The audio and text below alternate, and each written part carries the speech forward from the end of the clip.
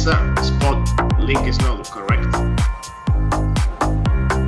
Welcome to the Next Dimension Podcast, your portal to an extended reality. Every week we talk about the hottest topics in XR and let you join the discussion live on MRTV. And now, get ready for another exciting episode coming up.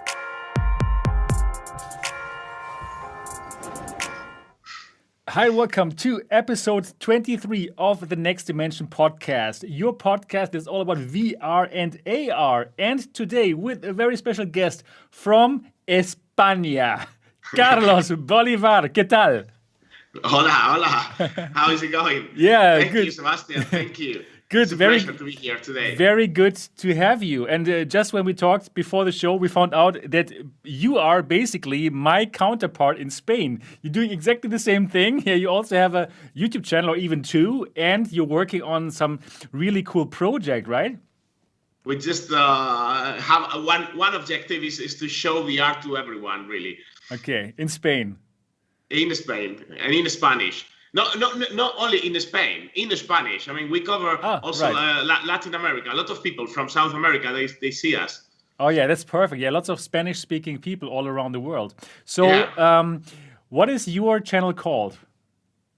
It's the technological one. We have two channels. One is entertainment, which is VR, which is jugón virtual. It's not easy for a non-Spanish speaker to pronounce that. It means like virtual player, okay? And the other one is called Distrito XR, which is XR district, the translation. And that one is more technical and it's more similar to yours. Okay, cool. Yeah, very cool. And yeah, we're going to talk much more about this and about how you want to bring XR to people all over the world, the Spanish-speaking people, but also to all the people who live in Madrid, right? You are in Madrid. We are based in Madrid, yes. Okay. That's right. That's cool. Correct. Very cool, man. Very cool. I have never been to Madrid, but I really want to go. You are more than invited here, you know. Yeah, I will totally come over. I will definitely come over once this whole situation is better here with the COVID. But it's getting better. Today I went. Hopefully soon. I think so. Yeah. It's happening. I felt it. Today the beer gardens here in Germany opens, and obviously we directly went.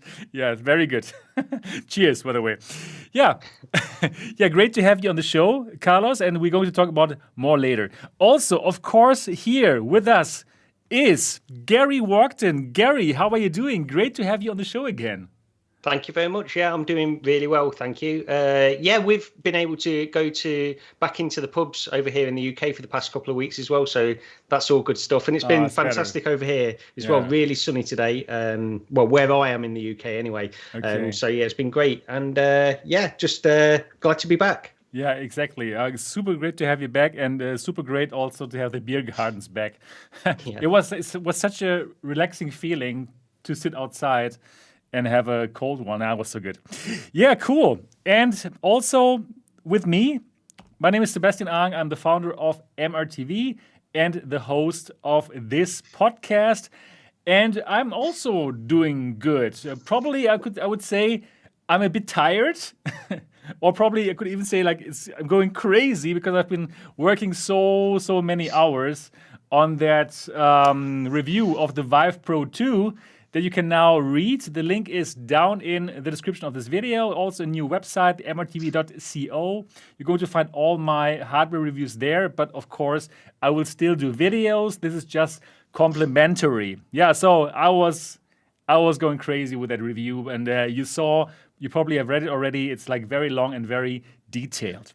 I can imagine, really, it's just this week especially busy because of the Vive Pro 2, I feel so every week is pretty much the same busy. Yeah, you're right. It's pretty busy normally already, but then now suddenly the Vive Pro 2 came to the MRTV headquarters, and then it was just craziness. And I'm happy that I could make this happen now on just a few days. Normally I take way longer for reviews, but that panned out pretty well. People are waiting for it. I know. Yeah, people want to know, should they pre-order that device, right? Because if you pre-order until 31st, you get €70 off. And €70, Yeah, it's an amount of money that you would like to save. 3-4 games. Yeah, exactly. So therefore, I really, was very busy making the review happen, and now it's out, and we're going to talk about it, and we're going to talk about the device today. Going to be very interesting, and we also have a few other topics, but the main topic will be the Vive Pro 2. And I'm going to answer all of your questions. I heard already that the Spanish community, they have lots of questions. There are many Spanish waiting for they have a lot of questions there to ask. They should totally come over here. Tell them to come and watch this. I've got a Telegram group, and I'm also watching the chat group. So great. I'll let you know. Once you tell me, now you can ask. Then I will tell them. Come on. Exactly. Now you can ask. Perfect. Yeah. For all the people who don't know yet what this podcast is all about, well, VR and AR, I said that already. And every Saturday we are live at what time are we live? Yeah, I shouldn't have gone to the beer garden. we are live. 9 p.m. for you, 8 p.m. UK. That's it, exactly. Yeah, 9 p.m. in German time, 8 p.m. in London, and noon in San Francisco, and 3 p.m. in New York City. Oh, I have the feeling this is going to be a very good show. Gary, I hope you have another beer there. Do you? Yes, of course. Yeah, I've got one. Yeah, perfect. Yeah, cheers. Carlos, ¿dónde es? I'm just drinking some tea. ¿Dónde es tu cerveza? Chamomile. I'm a bit sick, actually. Yeah, okay. That's okay. And water, a lot of water. Okay, that's better. Yeah, all right. Okay, so good show today. Yeah. If you want to listen to us, you can also listen to us on all the podcast providers. We are on iTunes, Spotify, Google, and Alexa. And if you enjoy this show, this live show, where we have lots of fun together every Saturday, then give us a 5-star review so more people can find it. This would be the best way to say thank you. I say this every time here on the show, and you never do it. So now is the perfect time to really get out your iPhone and your iPad, open the podcast app, look for the Next Dimension podcast, and give us a 5-star review. That would be the best way to say thank you. All right, so now we start with the show, and I would like to start with you, Carlos. Normally, we always talk about what our last week looked like. So you have already mentioned that you are, all about virtual reality and AR, right? Like bringing this topic to the Spanish-speaking world. So how about you tell us first, why did you get passionate for VR and AR? Like, how did this all start? Well, you want me to really tell you the whole story? I'm happy to tell you. Yeah. Don't hold back. It's just us. No, I mean, this was like it's over 6 years ago, something like that. It was with the first the AK1 or the AK2. Yeah, okay. Of the not the Oculus one, the Samsung Gear one. Okay. The phone one. Before the official one. And I was doing a postgrad at the university with video game production, and then one of my teachers, he had this headset. So this evening, you want to try? This is something new. I was like, okay, cool. When I tried it, I tried this the Avengers, one of the Avengers. I was in the Tony Stark tower thing, and when I tried this, look, I have chicken spot now already. It's like.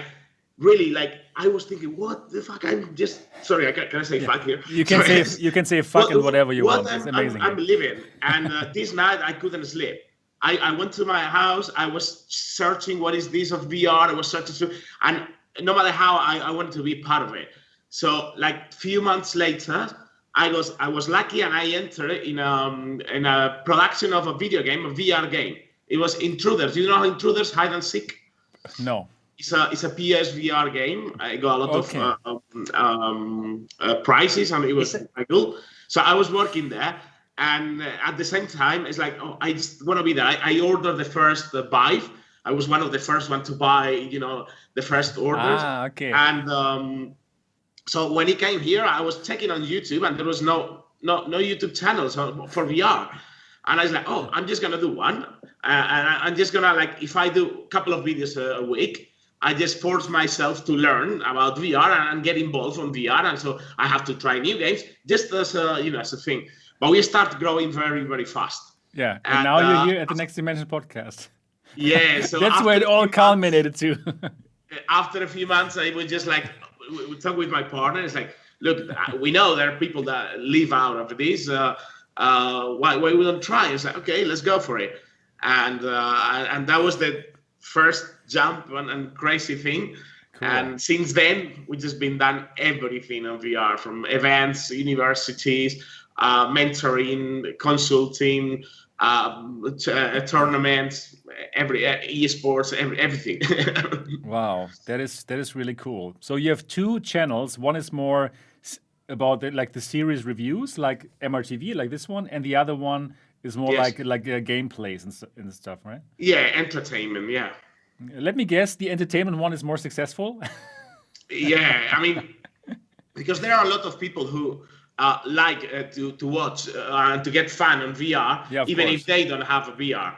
But who wants to know about a VR review, a headset review? Only the crazy ones that we are here. Only the people who are watching this right now live. Yeah. Yeah. So, but like entertainment, like you can laugh out of a game, even if you don't know VR. But it's good because it's a good entrance for people. Like for example, you're right. We got we got over 20 or 30 videos that passed the 1 million views. Wow. So imagine like those people, like some of them, this is so fun. And when they see me actually the headsets, what is that? What is that technology? I don't know what it is, but I'm having fun. But so this is a good introduction for them. So just playing them and they get involved. So it's good. It's good. They then, when they get interested, they pass to the other channel. Yeah, perfect. Yeah, that makes sense. I'd say that's the way it works anyway in general for mainstream gaming as well, because you have like I've got a son and he watches these YouTube channels and he gets involved in certain games and stuff like that just from being passed on from another game that he's interested in. He finds another YouTuber that is doing more entertainment kind of stuff, and then he gets invested. Then he starts searching for how to do this in this game, how to do that in that game, and gets more invested deeper into it. And it's the same thing, isn't it? So it makes sense that that's what works for you as well. Yeah. Nice. So this is basically what and because there's one thing in Spain, YouTube, there is no money. Like if the channels are in English, no, I mean when the channels are in English, it's like it's okay. I mean it's quite a big difference. Okay. And so to be honest, like we have to do a lot of things to keep this. It's a way of life at the end of the day. Yeah, we live for VR, and so we have to arrange. We did a lot of events, but because of the situation now, the COVID, we have to cancel all of them. But we had one. It was like we were in the biggest Spanish event of video game events, and we had a whole pavilion, like 14,000 square meters of VR, and we were doing it and arranging and everything. So we did a lot of things, like really huge events. And then from that we passed to we were at the university. I was sometimes I do some teaching, like I have like introduction to VR class. Cool. Wow, that's amazing. I would love to do that. If there's any university out there who would like to have a new professor, you know how to talk to him. In English. Yeah. Actually, you were teaching languages in VR. Yeah, right? I was for fun. I just wanted to see if it works. I taught some Chinese, since I also learned Chinese from my wife. So, wow. You speak Chinese? I do. Wow. Yeah, I'm impressed. And now I'm learning Spanish. Okay, I can talk that. No Chinese. Yeah, okay, cool. So tell us a bit more about the Spanish YouTuber scene. Is it like in the English scene? There are quite a few, and how is it in the Spanish YouTuber scene? There are, now there are more and more and more, but because of VR is still, we can say, is still a niche. Okay. Yeah. And the Spanish community is a niche of a niche. Right. So I don't know if you know, but I can tell you, like a lot of brands, they don't really care about Spain. It's not still a big market for them. So Oculus, they don't have a PR or office in Spain. HTC, they don't have anything like that. They had one guy a few years ago, but they just get rid of it. And they, if I want to contact HTC, I have to go to America. Yeah, that's bad. Which is sometimes it's like I cannot get the HTC Vive Pro 2. Yeah, that's why I have it and you don't have it. Yeah, so I'm gonna live to Germany. I'm gonna go to live to Germany. Yeah, that is really good here in Germany. Like we have all these PR agencies of these big companies, right? And then like I got it from the German PR agency from HTC. So we don't have this. So being said, it's like even it's not easy to have the numbers because for our entertainment channel, we got around 700,000 subscribers. Yeah, but that's pretty good. Yeah, that's not bad. But like I say, it's because it's entertainment. But for the other one, we got like over 20,000. And there is another channel, we got like 40,000 also. And for everyone else, they got less than 5,000. Okay. Round-ish. And there are many ones that they came after the Oculus Quest 2. Yeah, right. Just like in the English, in the English area. I really hope they keep growing because as much as they grow, it will benefit everyone. Yeah. There are bigger things, people will get more interested, and Right. And but it's hard now, yeah. Mm-hmm. Okay, yeah, but interesting to find out that also in the Spanish-speaking YouTube scene, after the Oculus Quest 2, suddenly there are more people coming. Yeah, which is good, which is a great thing. But I have to fight a lot, like to get headsets, to get review, to get actually support, to actually show VR. Like, hey guys, like I just want to help you to spread the word, and sometimes they just ignore it, but it's fine. I mean, we'll have to keep trying. Right. And how is the headset situation in Spain? Is it just the same like here in Germany? No. You can buy the Quest 2, right? In Germany we cannot. We have to buy it from your Amazon. Like I bought some stuff from Amazon France and also others from Amazon Spain because here in Germany we don't have the Quest 2. But you have everything, right? And how is I mean, you can get everything pretty much on Amazon, and then on there are some places like MediaMarkt or like big things like that you can get the Quest 2, especially the Quest 2, really. Okay. Yeah, cool. Perfect. And tell us a bit more now about the Kickstarter that you're doing. So right now you have a place, just like I have the MRTV headquarter, that now people can go to and try the headsets, or tell us a bit more, how does it work? I mean, it's like the same. We have now like a physical place. We get some inspiration what you did with with your headquarters. Yes. And also like because we have a lot of customers, we have a lot of clients which are brands, and we have to talk with with people, and we were working at home, so it's not easy. So if you have to sit there and talk to them. To do it at home. So basically we just create this space, and then we have to see how to make it self-sustained, like how because if you have to rent a place and you have to pay for lights, internet, blah blah blah, that's money that you have to pay. And then so we offer in service on this space, so we can just cover the cost really to keep showing VR to everyone. That's cool. Yeah, it's XR Spot, and the link is down in the description of this video. I've just changed it. So for all the people who are around the Madrid area in Spain, who would like to find out more about virtual reality, or who want to visit Carlos and try out some headsets or get some consulting, I think Carlos is the person in Spain to go to and find out more about it. Right? Yes, I'm the person. Yeah, perfect. Very good to know. So thank you. So really cool. And if people want to simply try out a VR headset, they can also do that. Like I offered it here in the MRTV headquarter. You know, like people can I mean, we had the same idea. Like I said, we inspired by you, and it's the same idea. They can support the Kickstarter, and in exchange, they will come and try everything we have, like for an hour and a half. Normally, it won't be an hour and a half because I like to talk, and you like you're with nice environments, so you'll be there. But we put this the same, And but I'm actually thinking we're gonna start offering also some maybe some hours a week for free. Okay. Like if people want to come, they will have to. Obviously, it will be like some hours, and then we'll put like a circuit so they can try VR. And for those who don't, they don't have the money or they just want to try. Of course, it will be just like maybe 20 minutes or something.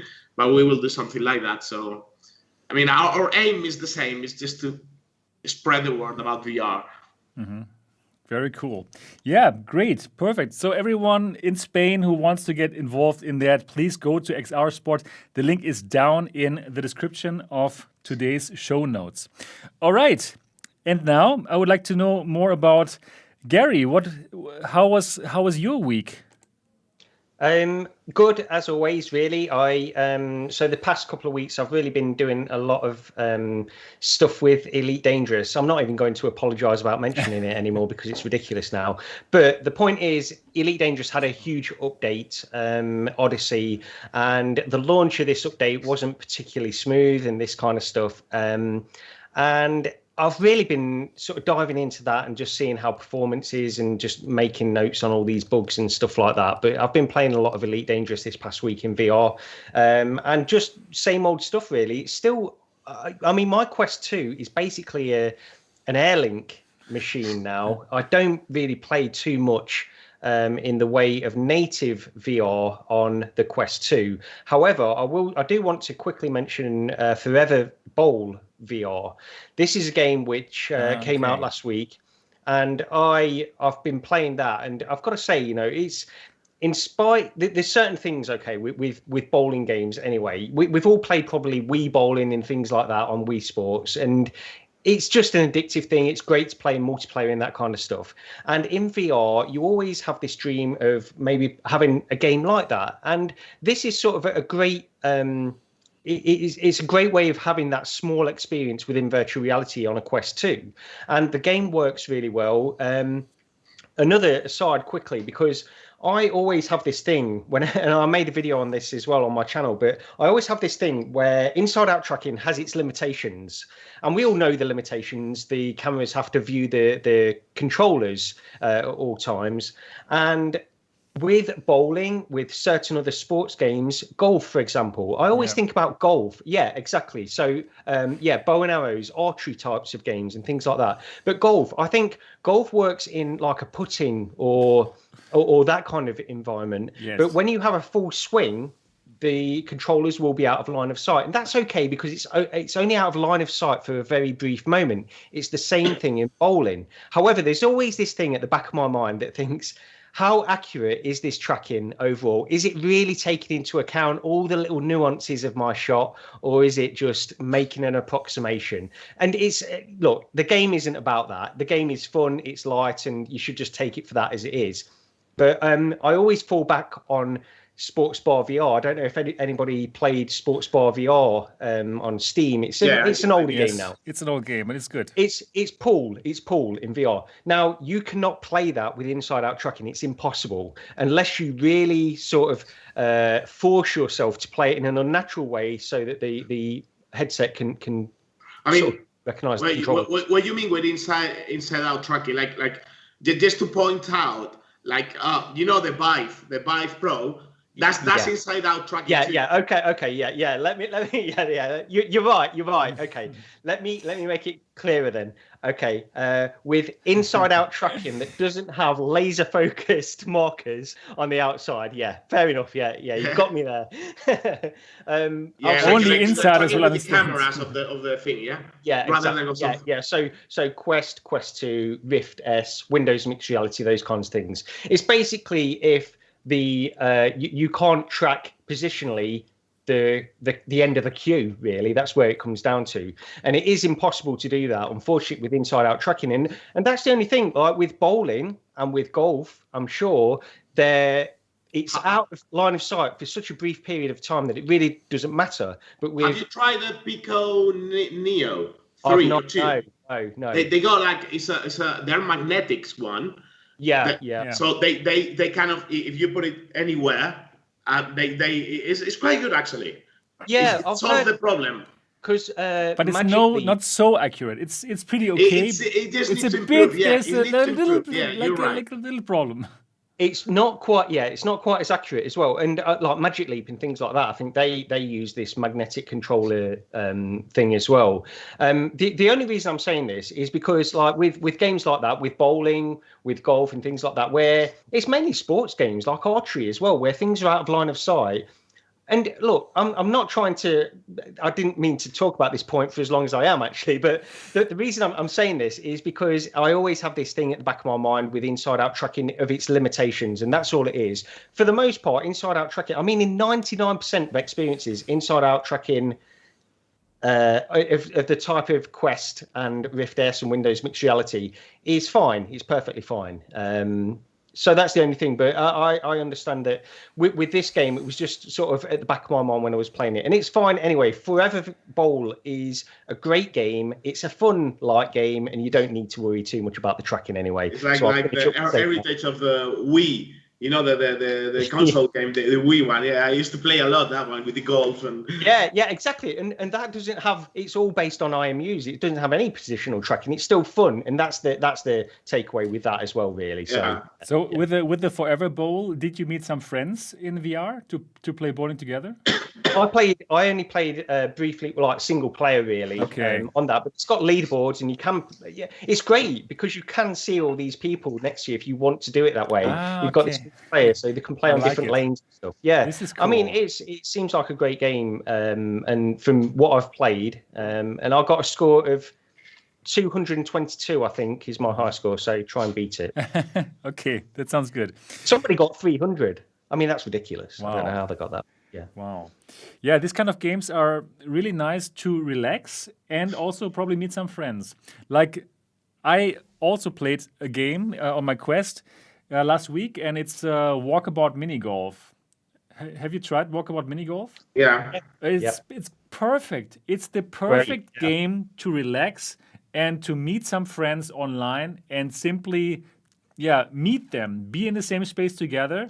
Yeah, not in a situation where you like have to just talk like in a Zoom call or so. No, where you can do something relaxing together, like mini golfing. I mean, you probably talked about this earlier, but I just mentioned I like the Demio. Demio is also like this. Yes. Demio, yeah. I think that was quite fun. Like you feel like you are in a. I'm a really player, like board games player, you know. So you know, I really like so. That was the first time I had something similar feeling on VR. I mean, still need to improve, you know, because after a few matches, my neck it was hurting. Like, you know, you're like down. Yeah, I had that. Yeah, you can lift the board up, but it's weird when you do that. It's not the same. I did it. I put it vertical for a while, and I was like, just like it's a bit strange. It's not the same. It's not the same. No. Right. Yeah. Anyways, it's fantastic to do that, to meet some friends in virtual reality and have a good time now when you can't really meet. It's cool. So Walkabout Mini Golf, I was even thinking to have some of my meetings probably in Walkabout Mini Golf, because sometimes it's a bit tense if you have to talk about some topic just in a Zoom call or so. I'd rather talk about some interesting business deals probably while doing a mini golf game. Yeah, so try Walkabout Mini Golf if you haven't done so yet out there. Your week was finished already, right, Gary? Yeah, that's pretty much it. Yeah. I just wanted to mention Elite Dangerous and Forever Bowl, really. Yeah, that's it. Okay, cool. Yeah, so my week, obviously, I was just in the Vive Pro 2 to understand the headset. I tried everything out, of course, obviously, and then I started to make the supporting videos, and wow, I was very, very stressed because so many people want to get this. So many people want to know, should they buy it or not, right? Because there are other great headsets out there, right? The Valve Index is fantastic. The question is, do you want to upgrade from the Valve Index to the Vive Pro 2? Is it worth it or what? So people want to know, and people want to know before the 31st in order to save like €70 that HTC will grant them if they order before. And actually, I wanted to make a video, like also like when the embargo like ended, like I think 2 days ago or so, and I started to film, but then I found out, no, it's impossible. I have too many things to say. I cannot make a video so fast. And yeah, then I just stopped it. And then I simply started to write everything down. And yeah, now you can read my finished review, and the link is down in the description of this video. I've been working also on that whole website, on the MRTV.co website, for quite a while. It's not finished yet, but now I felt it's a perfect time to soft launch it, since I have the written review now of the Vive Pro. So therefore, I'm also soft launching my new website, mrtv.co. Check it out. It's going to be a place all about XR hardware, completely focused on XR hardware reviews. You will see all my headset reviews there, VR headsets, AR headsets, but also all the accessories. So if you just got your new Quest 2 and you want to know, okay, what kind of accessories are out there, you can simply go to mrtv.co and click on VR accessories, click on Quest 2, and then you will see all the different kinds of accessories. Yep. But it's not finished yet. Yeah, there's going to be much more. This is only stage 1. There's going to be stage 2 with news and stuff. So mrtv.co, this is going to be pretty exciting. I hope so. I think so. I'm looking forward to work on that side more. Yes. And yeah, that was it. So you know, I have to say, you know that I personally have a lot of questions, and there is a Spanish community that they have a lot of questions of VR, because you know, we didn't have the chance to have it. I'm sure Gary also have a lot of questions for you. So do you have to say when you're ready? Yeah, I will. You know? We'll get to that. We'll first talk about some other topics to heat it up a bit. It's going to keep us hanging on. We've got to wait.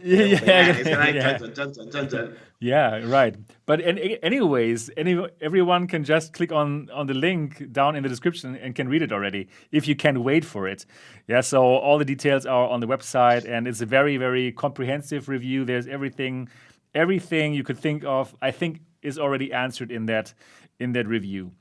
Yep. So the day before, like yesterday, I launched the review, the written review. That was exciting. Today I worked the whole day before I went to the beer garden. I worked on the German version of that review. It's out as well now for all the Germans who are watching this right now. You can also read everything in German language.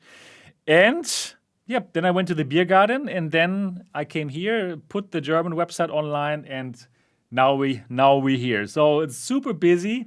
I'm super happy once I've also finished the video review of the Vive Pro 2, and then probably I'll take some days off and go somewhere with my wife. It's better. I haven't been out of the city for too long. It's just about time to go somewhere else. I think. Isn't it like Spain opened the borders even for the Germans? I mean, if I have to be honest with you, you don't want us. No, I don't. No, I don't have a TV.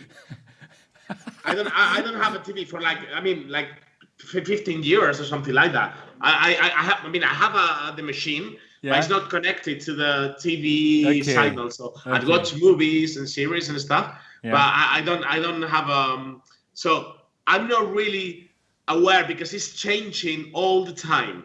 Like now it's open, now it's not. Now you can go, but you have to stay. I know. Yeah, I know what you mean. So to be honest, I don't know. I think it is open because one of the biggest incomes of Spain is tourism. Yeah, I know. So I mean, I think they're maybe closing for some people. Maybe I don't know if UK they got some things like that because of the Indian thing. I don't know. Anyway, even if you can't now. I think you can, but in the case you can't, you will be able soon. So Yeah, you can start planning. Okay, good. Yeah, I need to go to Madrid. That's for sure. Yeah, I think also in the UK, right? You also love to go to Mallorca, like the Germans, Exactly, yeah. the Germans and the UK people love to go to Mallorca, like which is like Mallorca is not the Spanish; it's German. Yeah. Already. Yeah. Well, we were going to Menorca this year, and we had to postpone it. Well, we were supposed to go last year. We postponed it to this year. Now we're going next year because of all this. Yeah. So Okay. we'll get there eventually. Can't wait. Yeah. Oh yeah. But Menorca is also full of Germans. you can't escape us. Yeah, we can't. No, you're always around. Yeah. Look. There's a guy, Juan Fravalero, in the chat. Is saying that is mostly all towns are open. Okay. There is not a state of alarm anymore. Okay. Yeah. So thank you, Juanfra. Yeah. Okay. Good. Perfect. And need to get out and have some vacation soon. Yeah. Cool. So these were our intros, and now let's get to the topics. Honestly speaking, I had no time to prepare any topics, but I think this was a very slow news week. Right? There was not many things going on in terms of news. So basically, before the show, we found one topic that we would like to talk about. At least, Gary and me have some experiences with the technology, and we would like to share our thoughts. And that topic is one of my favorite topics, as you know. It's XR cloud streaming, which means streaming our VR content, our Steam VR content from the cloud to our devices, like to our Quest 2. So I had told you already that I have a connection on Skype. Okay, now can you hear me? Yeah. Okay. Yeah. I can hear you. Yep. Okay. I think now. Yeah. Now we're back. Okay. Now we're back. We had a short problem here. Well, today the camera stops working and the connection stops. Anyways. Yeah. So also Gary also has a Plutosphere account now. So Gary, tell us about your experiences with Plutosphere. Yeah, so I've been interested in this technology anyway for quite a while. I've always wanted to give this a try because whenever you say something like this, like how you have these cloud streaming services, on the one hand, you've got flat gaming cloud streaming services. You've got Stadia and Xbox cloud gaming and those kinds of things. And anybody that's tried those will say that for the most part, they're fine, but you will notice some kind of latency with those in certain games, especially, of course, fast-paced games and things like that. So I was always of the opinion, like, how well can it work for VR where everybody is so, they're really susceptible to noticing any kind of latency whatsoever. How well can it work? And you sort of get on board with this. At least I did, in terms of like using virtual desktop to stream PC VR, my local PC VR to my Quest, and then Airlink, of course, is well that I've tried. Now, when I tried Plutosphere, I was absolutely, it's pretty incredible in terms of how close it is in terms of latency to just streaming Airlink or virtual desktop locally from your PC. There is almost no difference in terms of latency that I could see between those two methods. Now, when I first went in, I did feel like there was a little bit of a downgrade in overall image quality. I will say that the image quality wasn't quite as good. And then Sebastian recommended, installing virtual desktop on this remote PC, this Plutosphere AWS PC, which is located about 100 miles away from me, installing virtual desktop and using that to stream to my Quest 2. And I did that, and the image quality was better. And another thing which has made a big difference actually is don't underestimate the power of having a dedicated router for this exact purpose. So I picked one up. It was the one that Guy Godin actually recommends. It's the Asus AX55, I think it was. Or he recommended it at one time anyway, and it's absolutely fantastic. If you can use that and just dedicate it entirely for Quest 2 usage, then it's fantastic. I mean, there is both in terms of latency, image quality, but also just these these tiny micro stutters and things that you might have got before with a router which is pinging all of these other devices around your home every now and again. You don't get any of that stuff. It's smooth and it's fantastic. So I do encourage people that are having problems and have the inclination to pursue this route to get a dedicated router. Which games did you play? Okay, so I tried quite a few.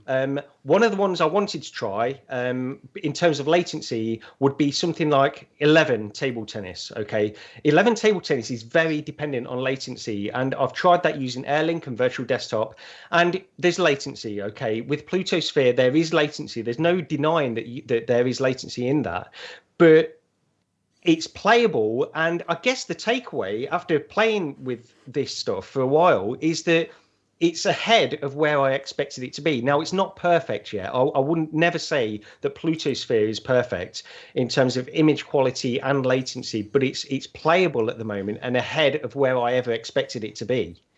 And what about the games? Do they have already the games, or you can play anything you want? You link your Steam account, so you just link your Steam account on their remote PCs. Then you've got, of course, your Steam library. But Sebastian, let me ask you. I mean, you've tried this too. So in terms of where it is now, this is the thing for me. It's ahead of where I expected it to be, which is encouraging for me going forward. I don't think it's for everybody yet. I will say that.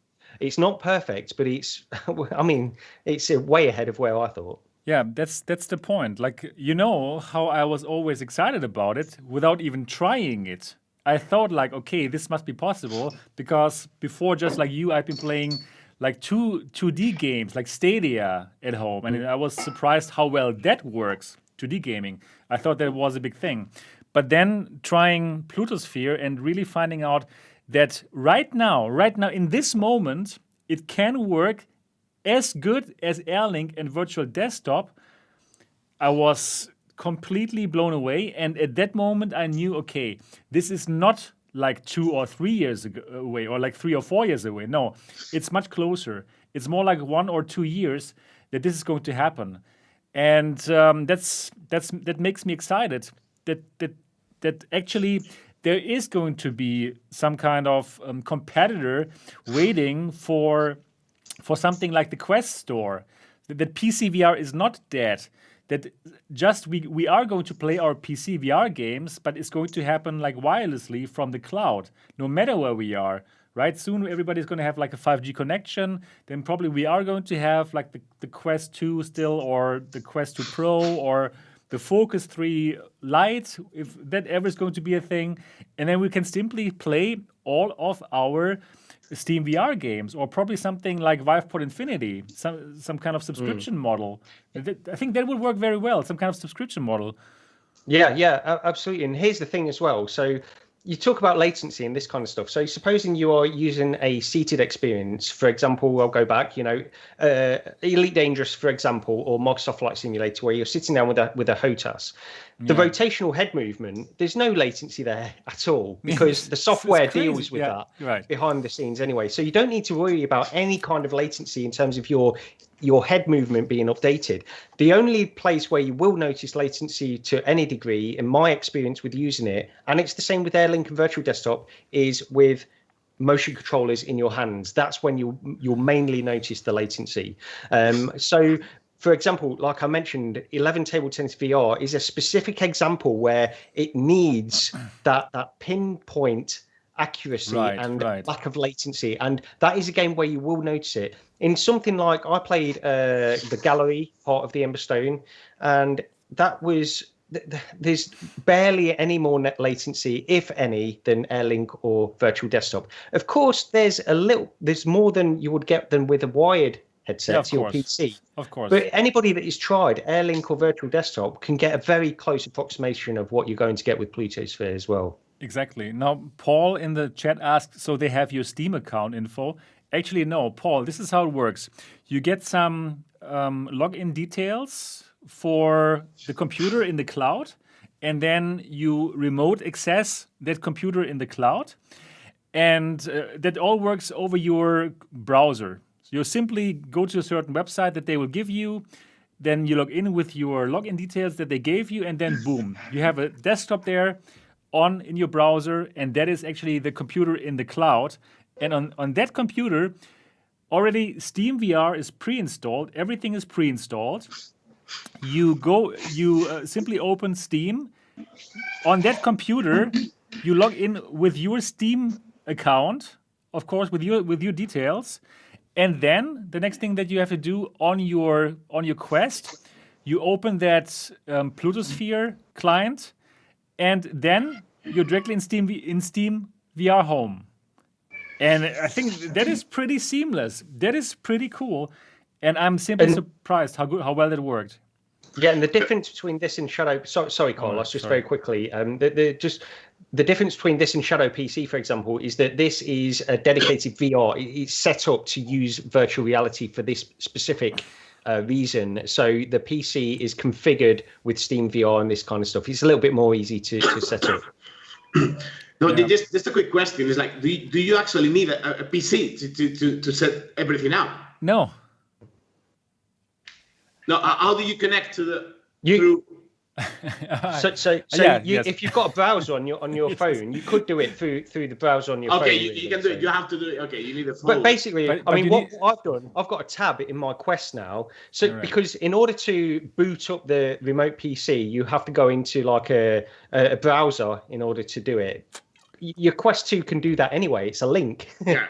So you just go in, turn on your PC, and then start the client, and you're in. You just need a browser, right? Yeah, effectively. Yeah. Don't need anything else. As far as I'm just trying to think, do you need anything? I don't think you do. No, you do. Yeah, before I also thought like, how does it work? But no, you just need to connect your Quest to the internet, and it's already connected to the internet, obviously. And through that internet connection, it will connect to that remote server. Okay. And it will get all the data from there. It's magic. It really feels like magic. So, Carlos, just quickly for you, I presume you've tried AirLink and Virtual Desktop anyway, just wireless streaming PC VR stuff.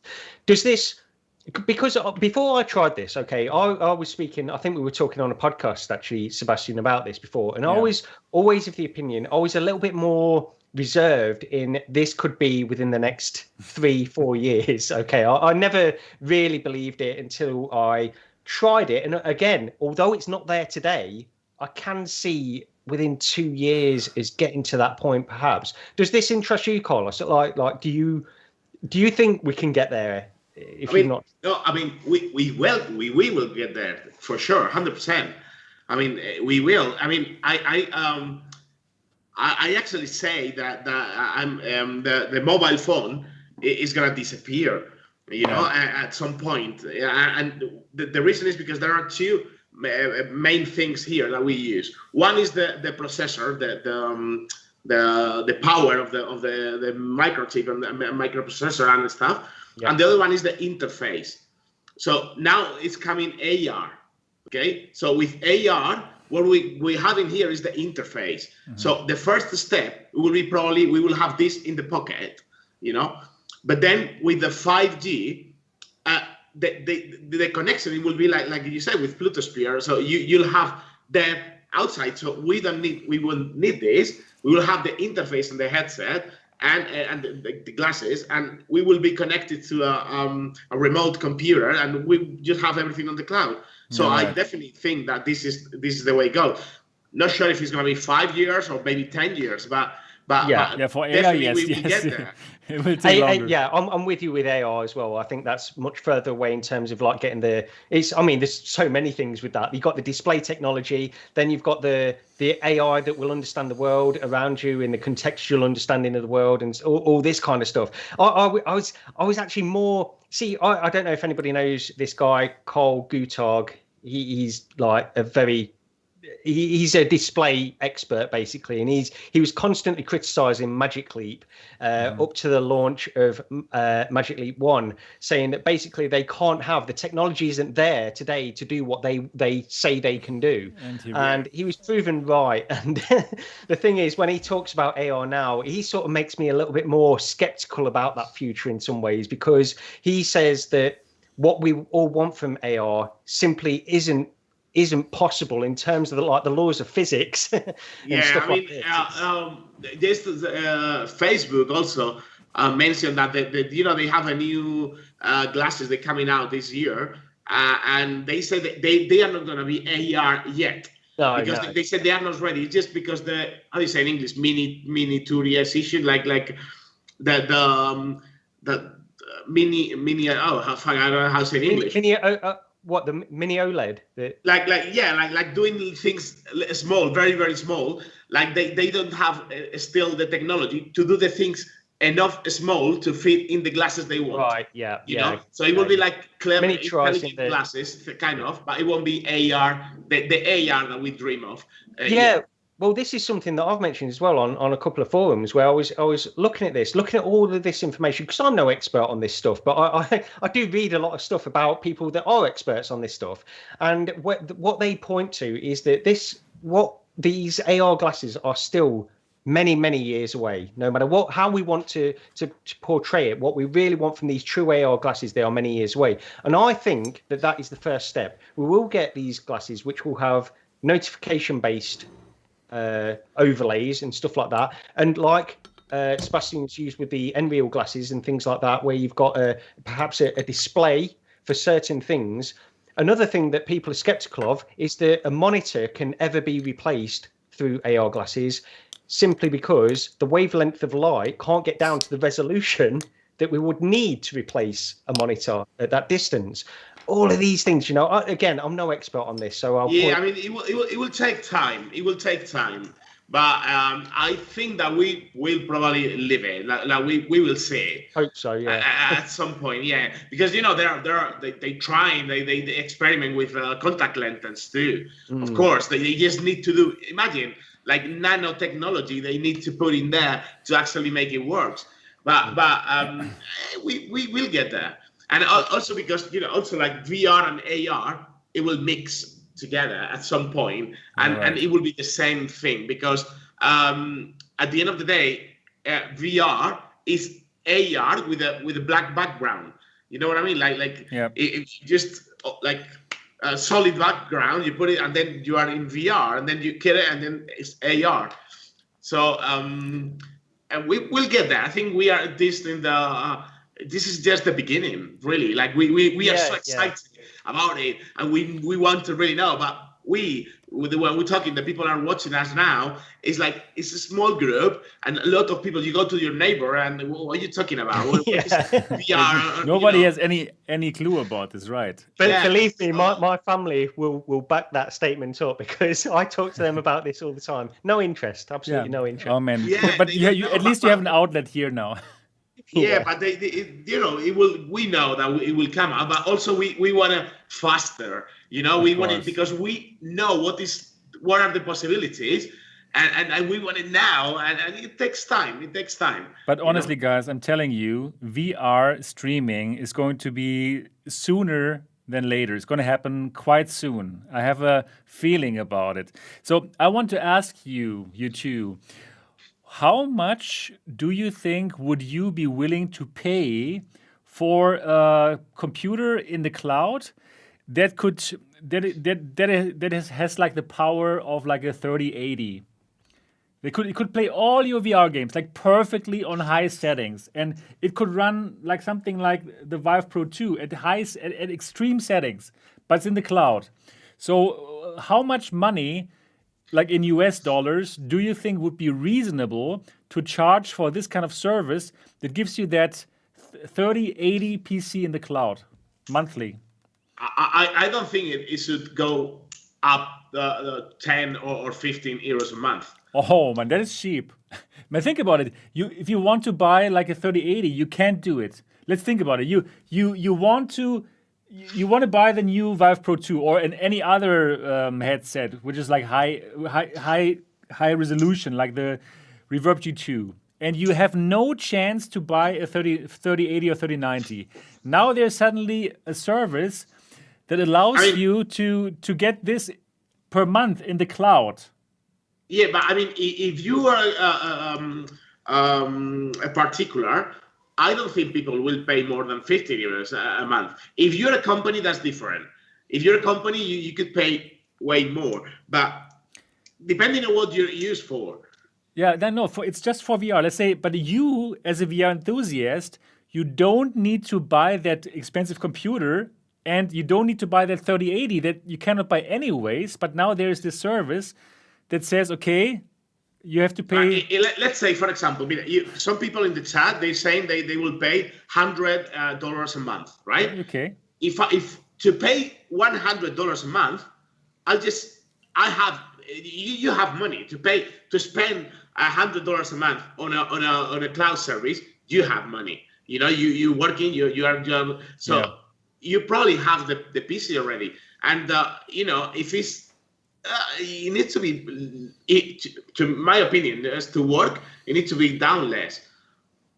There's a difference here between what people will pay for this kind of service and what they have to charge for this kind of service. Yeah, you're right. This, for Plutosphere, they're in a difficult situation with this because what you do with them, this is your PC. It doesn't work in the same way as GeForce Now or Stadia necessarily. Right. You have this PC that is sort of rented to you.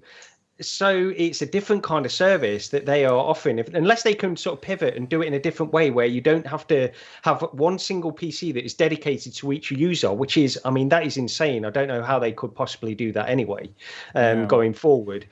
So I think that there is a difference with this. Now, $100 a month, I don't think people... The thing is, if you can afford, like Carlos was saying, if you can afford $100 a month, you might as well just get a PC on higher purchase. You just pay for it over a few months and do it, that kind of stuff. And yet, perhaps that's what they need to charge, at least that, in order to make this service profitable. Yeah. So they're in a difficult situation. That's exactly. Because of the amount of people that this is doing it. Because, Netflix, they're charging 10 euros a month, or $10 a month, which is kind of cheap and ridiculous. But they got how many people? 100 million people watching Netflix. So 100 million. That means it's like 1,000 million per month they earning. So they have money. So the thing is on the volume. How many people would pay now to have something on cloud for VR? And if we get to that only point, enthusiasts. Where if you have this, like for example, imagine to have a cloud service for a phone. Like you just have a little, a very, very light phone, and you want more power, and then you say, okay, all the apps, and it goes on a cloud service. There are so many potential customers, so they could charge, $10, and it will be worth it. But for VR, I don't think there is enough people now, apart from us, that want to really get into that. Yeah, right. Okay, yeah, I think it's not easy for them now to start the business. I think the service is great, right, Gary? It's fantastic that it works. Just like it's not going to be so easy to get that kind of amount of people that would be needed. I think their business model, they need to go to companies. What? Say again? If they want to survive, they would probably have to go to B2B business. Okay, could be. Yeah, we don't know yet what they're up to. They are still trying, right? Giving some people some accounts and still improving the service. Yeah, exactly that. And they are getting more and more people in there as well to try this stuff out. And basically, they're ramping up now. I think that when I got in, that was the start of when they were sort of getting more and more users in per week to ramp this thing up and see how it was going. So, we'll see where it goes anyway. Yeah, right. It's still a very exciting topic for us in the future. It's going to get bigger. There are going to be more services that I'm sure of. At one point, they will come out and they will compete for that, for sure. Let's see what the big ones do. I'm sure Facebook is working on it. I'm sure others are working on it, so that it will be big. And cool that we at least could give it a try, right, Gary? So there was... It will mix with the 5G too. Yeah, you're right. Exactly. Once more people have it. Exactly. So that is an interesting topic. Yep. But now, I think now the time has come to talk about the Vive Pro 2. We are 1 hour in. I think everyone had waited long enough. Now, it's Mio. This guy in the chat. Yeah. He's the developer of the Natural Locomotion. You know Natural Locomotion? Yeah. I'm not exactly sure. What is it? It's an app on the Steam VR. It's just to play games. Okay. Like Yes. So he's there. He's Spanish, and he wants to know more about HTC. Okay. The Vive Hola, Pro 2, hola, so. miau. ¿Qué tal? Julio. His name is Julio. Julio. Me llamo Sebastian. I have to try my Spanish now. Now is my chance. Yeah. Okay, cool. So, yeah, let's talk about the Vive Pro 2 then. Actually, I didn't really had the time to think how to structure that in a right way for this show because everything is really spontaneous. I've just finished the review. So probably we can follow my review and talk about all these things like step by step. What do you think? Yeah, that sounds good. Yeah, that sounds Would good. That make sense? Go down the list. Yeah. We can go down the list and then talk about all the different specifics. So now you should see my screen. So in my the title of my review is a solid upgrade for both visuals and FOV. Now, actually, I also want to write a solid upgrade for both visuals and FOV that plays it safe. And what I wanted to say with that is that this is a good headset, in my opinion, but it's not an exciting one. You know, it's like that car. Let's talk in terms of car. It's not that Tesla Cybertruck where you would say like, wow, it looks amazing. It has these and these functions, right? It's more of that sturdy pickup truck that you know for years. Let's say the Ford F-150, for example, I think that's the model, the base model in the US that has some new facelift. So you know it can get the stuff done, and it got an update. So basically, that is like the gist of my review. It's good, but it's not exciting.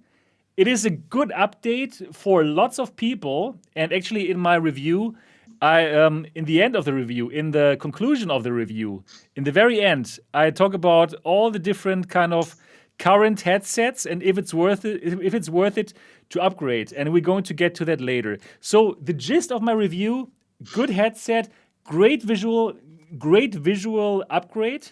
Now it is like the picture quality. It plays in G2 territory, and that with a wider FOV than the Valve Index. So G2 optics with Valve Index plus FOV.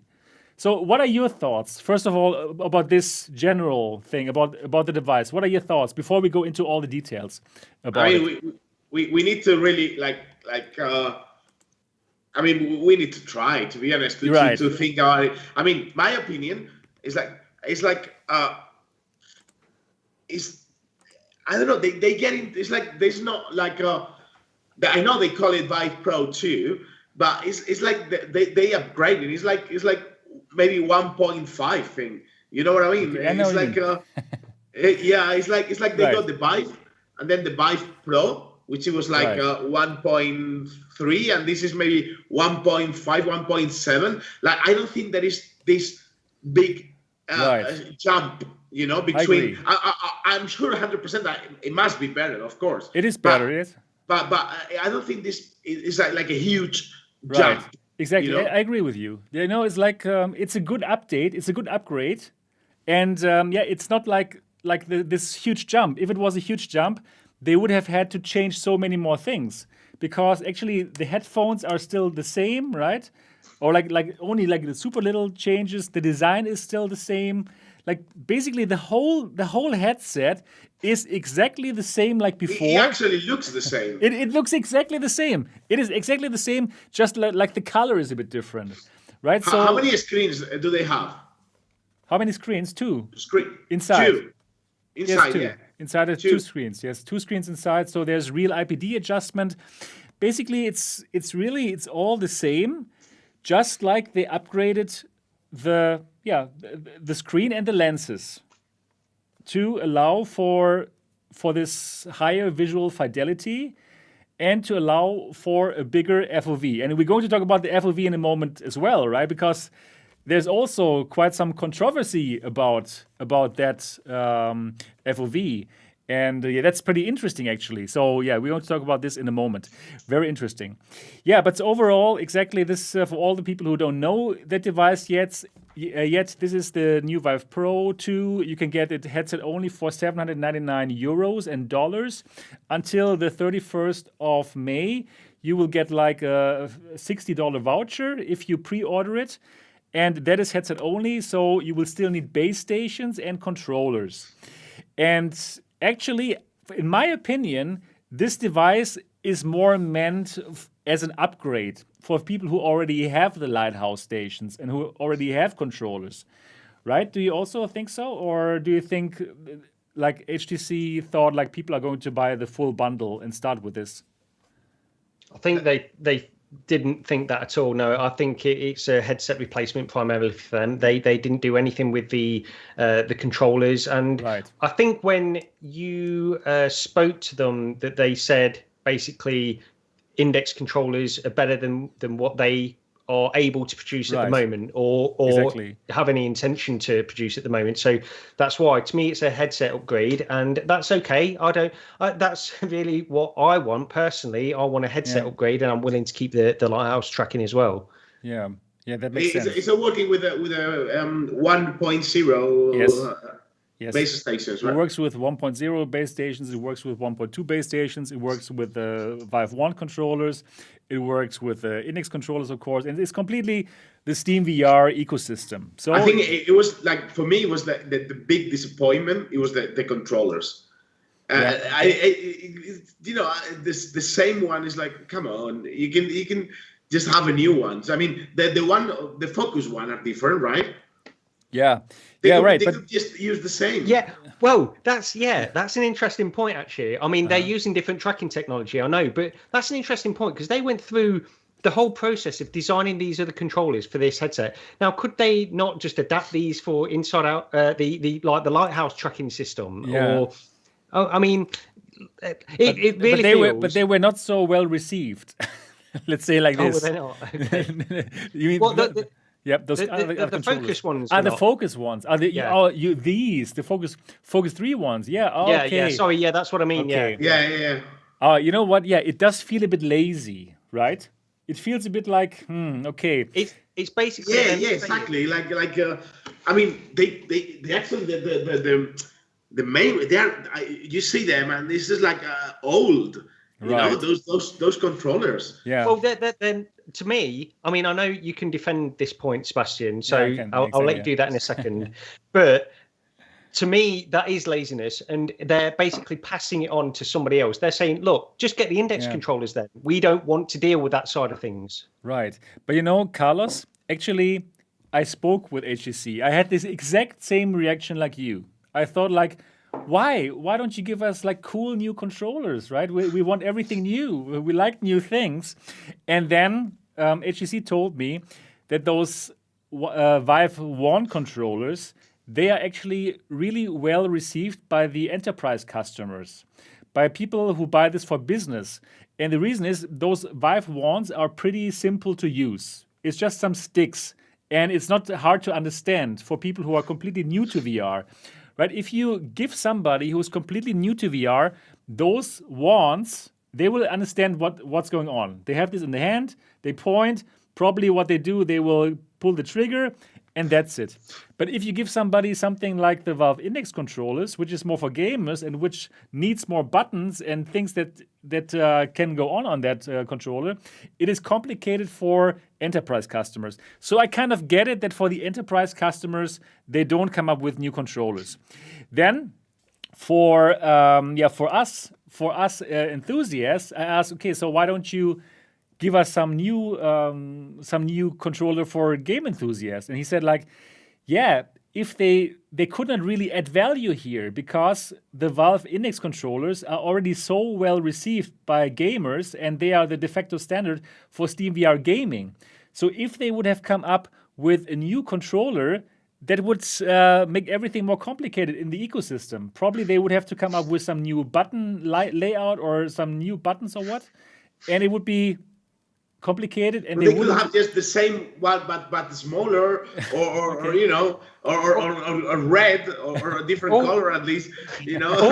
All they need to do is copy Oculus Touch, because Yeah, that's okay, what that would be cool. seems to become the more de you're right. facto, even more than Yes. index controllers, even on PC. I'd say Yeah, Oculus Touch. You're right. And then, well, that's true.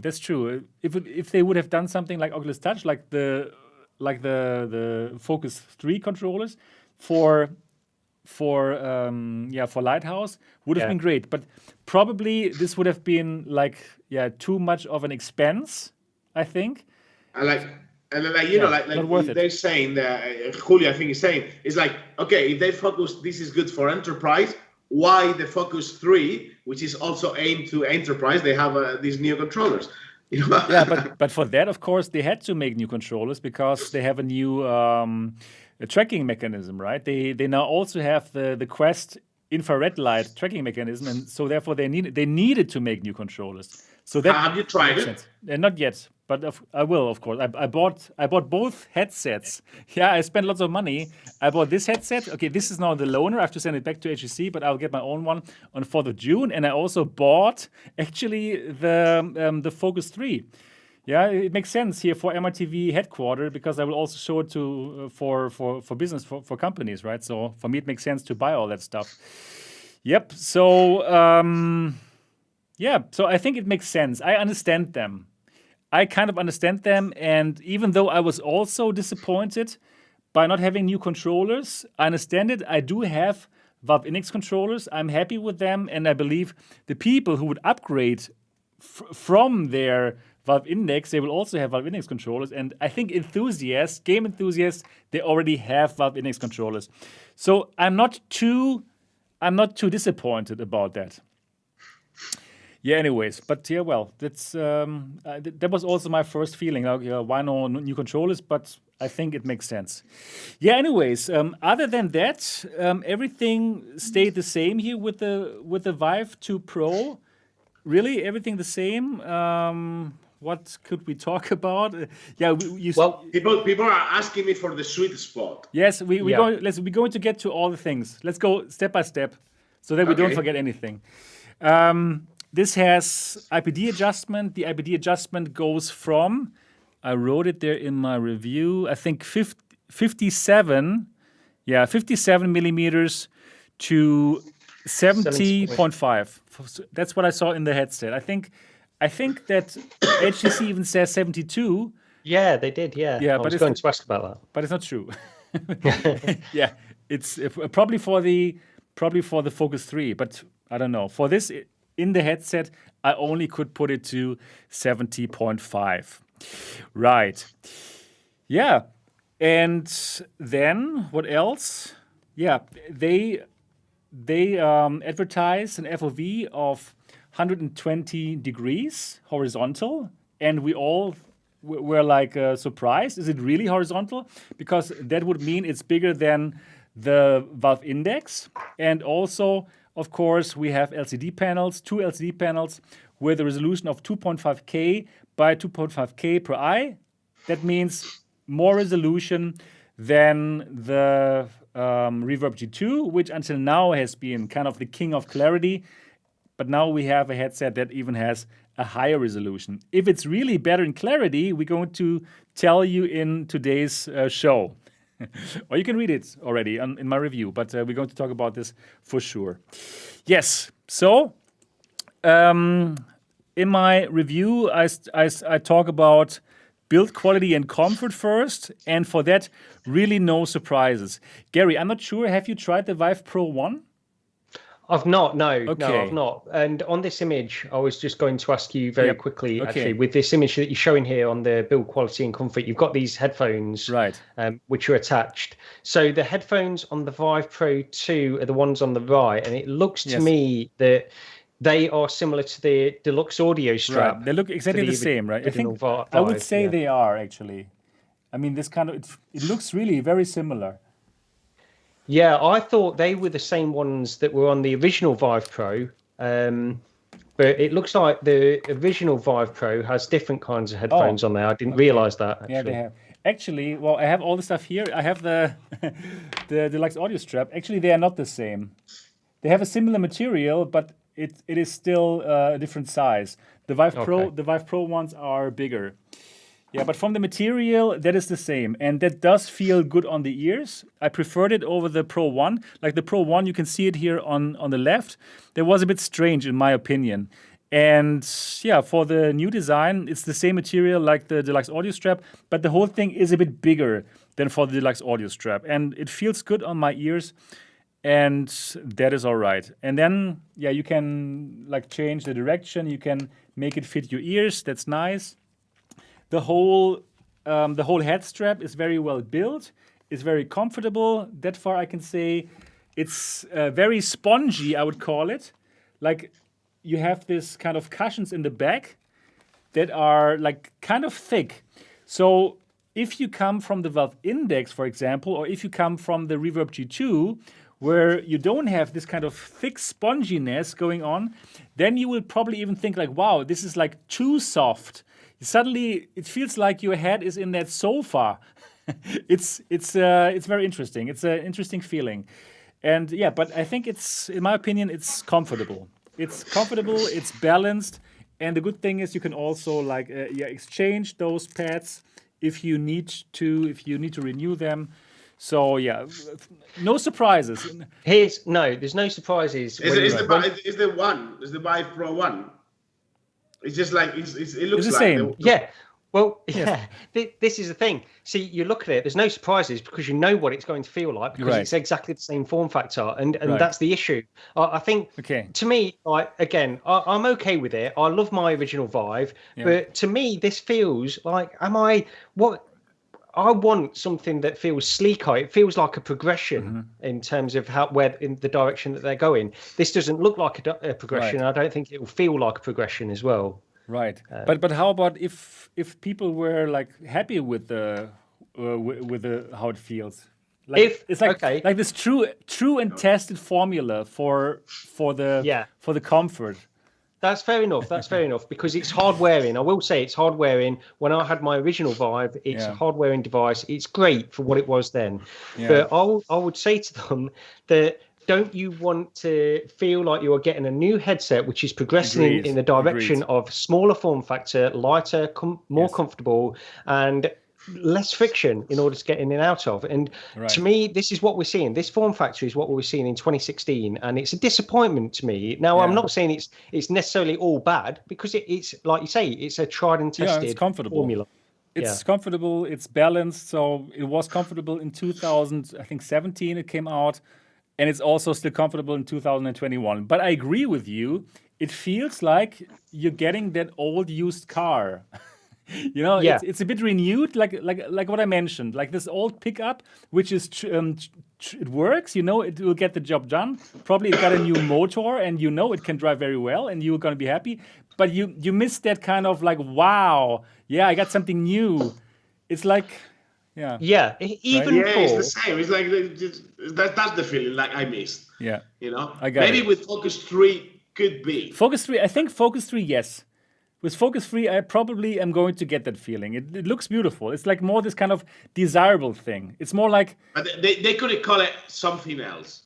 You know, right. The name is not the name, I agree. Because Focus to me is not... You know, the Focus 1 and 2, they were crap. Sorry. So even for... Focus 3 to me is like, okay, I have to try, but you're right. I hope they get it better. With this particular point, where I don't want to stay on it, I'm just to wrap my thoughts up on this. Right. With this particular point, even for enterprise, I would say that for this to last 2 years in enterprise, there are going to be people that are going to be picking up lighter, and I'm focusing on the enterprise angle here because it's not necessarily all enterprise, but I'm just saying that with this headset, people using it for that enterprise aspect where, you know, you want a hard-wearing headset and this kind of stuff. Right. People are going to be thinking who are just coming into VR and looking at this and thinking this is still a brick on my face. And I was seeing things like this 5 years ago, and I just feel like in a year's time, this is going to look and feel too like from years ago. That's just how I feel, honestly. Yeah, I think you're right, Gary. I have the same feeling. And you know what? I actually don't think that so many enterprises are going to pick this one up. I think the enterprises are going to go for the Focus 3. Yeah. Right? It makes sense. Yeah, for them. because it's not. That's the same like with Cosmos. When the Cosmos arrived, it's like they just doing it late. Yeah. They just late. They Right. they have. I don't know. Yeah, I agree. So this device, let's put it into one sentence. It does not have sex appeal. No. Could I say it like this? It's like it's like a sturdy workhorse, if I can say it like this. Yeah. Something like this. Yeah. Yeah, the same. Yeah. Right. The feeling, right? That's also the feeling that I got. But anyways, it works. It's like a sturdy, solid thing that we know how it works, and now it works even better because of the updates. And now I think we can talk about the updates. So let's have a look. What's the next topic? Here. Right, the visuals. So if you go to my website, you can have a look at Half-Life Alyx through the lens of this device in 4K. I'm not going to stream it now because you're not going to see how it looks, but I can tell you it looks fantastic. So those 2.5K by 2.5K screens, this resolution, it absolutely makes a difference. So what do I mean by it makes a difference? I mean that these LCD panels are fantastic. You don't see any kind of screen door effect anymore. So if you are now in the Valve Index, for example, or if you are even in the Quest 2, or if you are in any other headset than probably the Reverb G2 or the Pimax 8KX, you can still see the screen door effects if you just have a closer look. But that is now completely gone. And that is fantastic. That's really fun.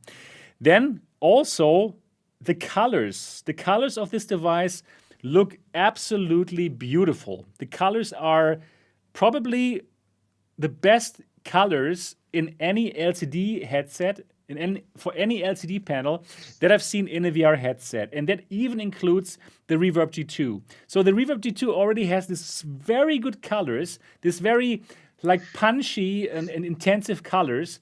But this one has even more contrast. So what you think?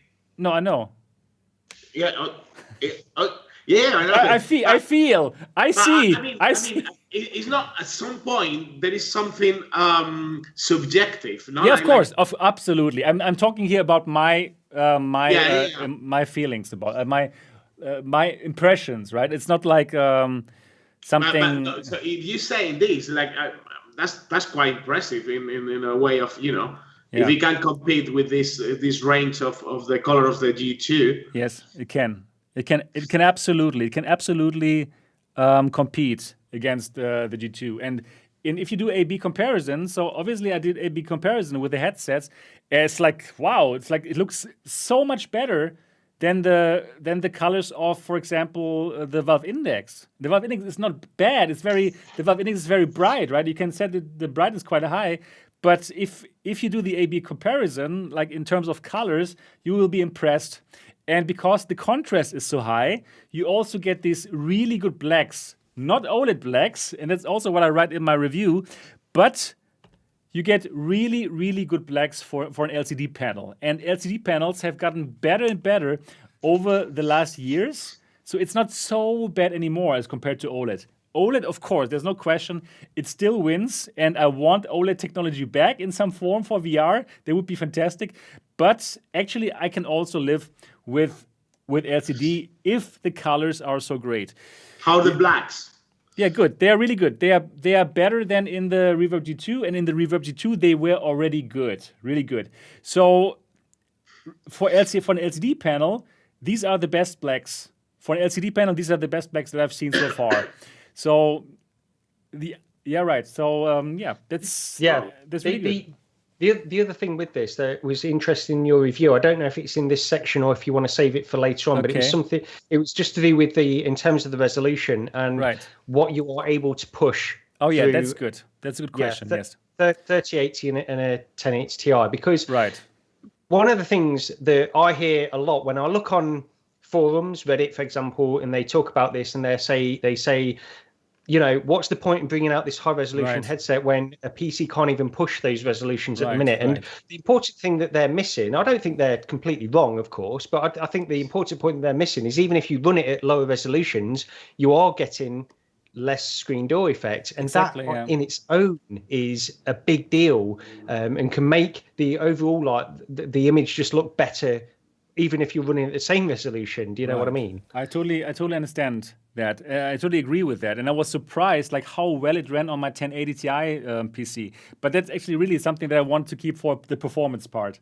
Yeah, that's fine. Yeah. Right. Okay. Yeah, because this is actually like a really interesting topic about performance. Like, how does it like actually like work on these headsets? So for the panels, they look great. They are absolutely fantastic, and HTC really knows how to do LCD panels. Actually, the panels of the Vive Cosmos, they were already not so bad. They were also really good, also with the colors. And also at that time, I thought like, okay, cool. They really know how to make good LCD panels. So these are even better, and they are higher resolution than Cosmos and higher resolution than G2, and that is pretty cool. Yeah. So. Do you have any questions about the panels and about the picture quality of those panels, Carlos or Gary? I'm just saying, if anyone has like, I've got a lot of questions people are asking here. I mean, what about glare? Oh yes, that's a good question. That would come with the lenses. We can come to that. Should we now or later? Because now. Well, yeah. If you want to keep going down this list, because I've got a couple, quite a few questions about field of view from people as well, just in the chat. So you know what? Let's go to field of view now. I think for the panel, I think there's no question. It's just a good panel, good colors, good resolution, and how the picture actually feels to you. The overall visuals.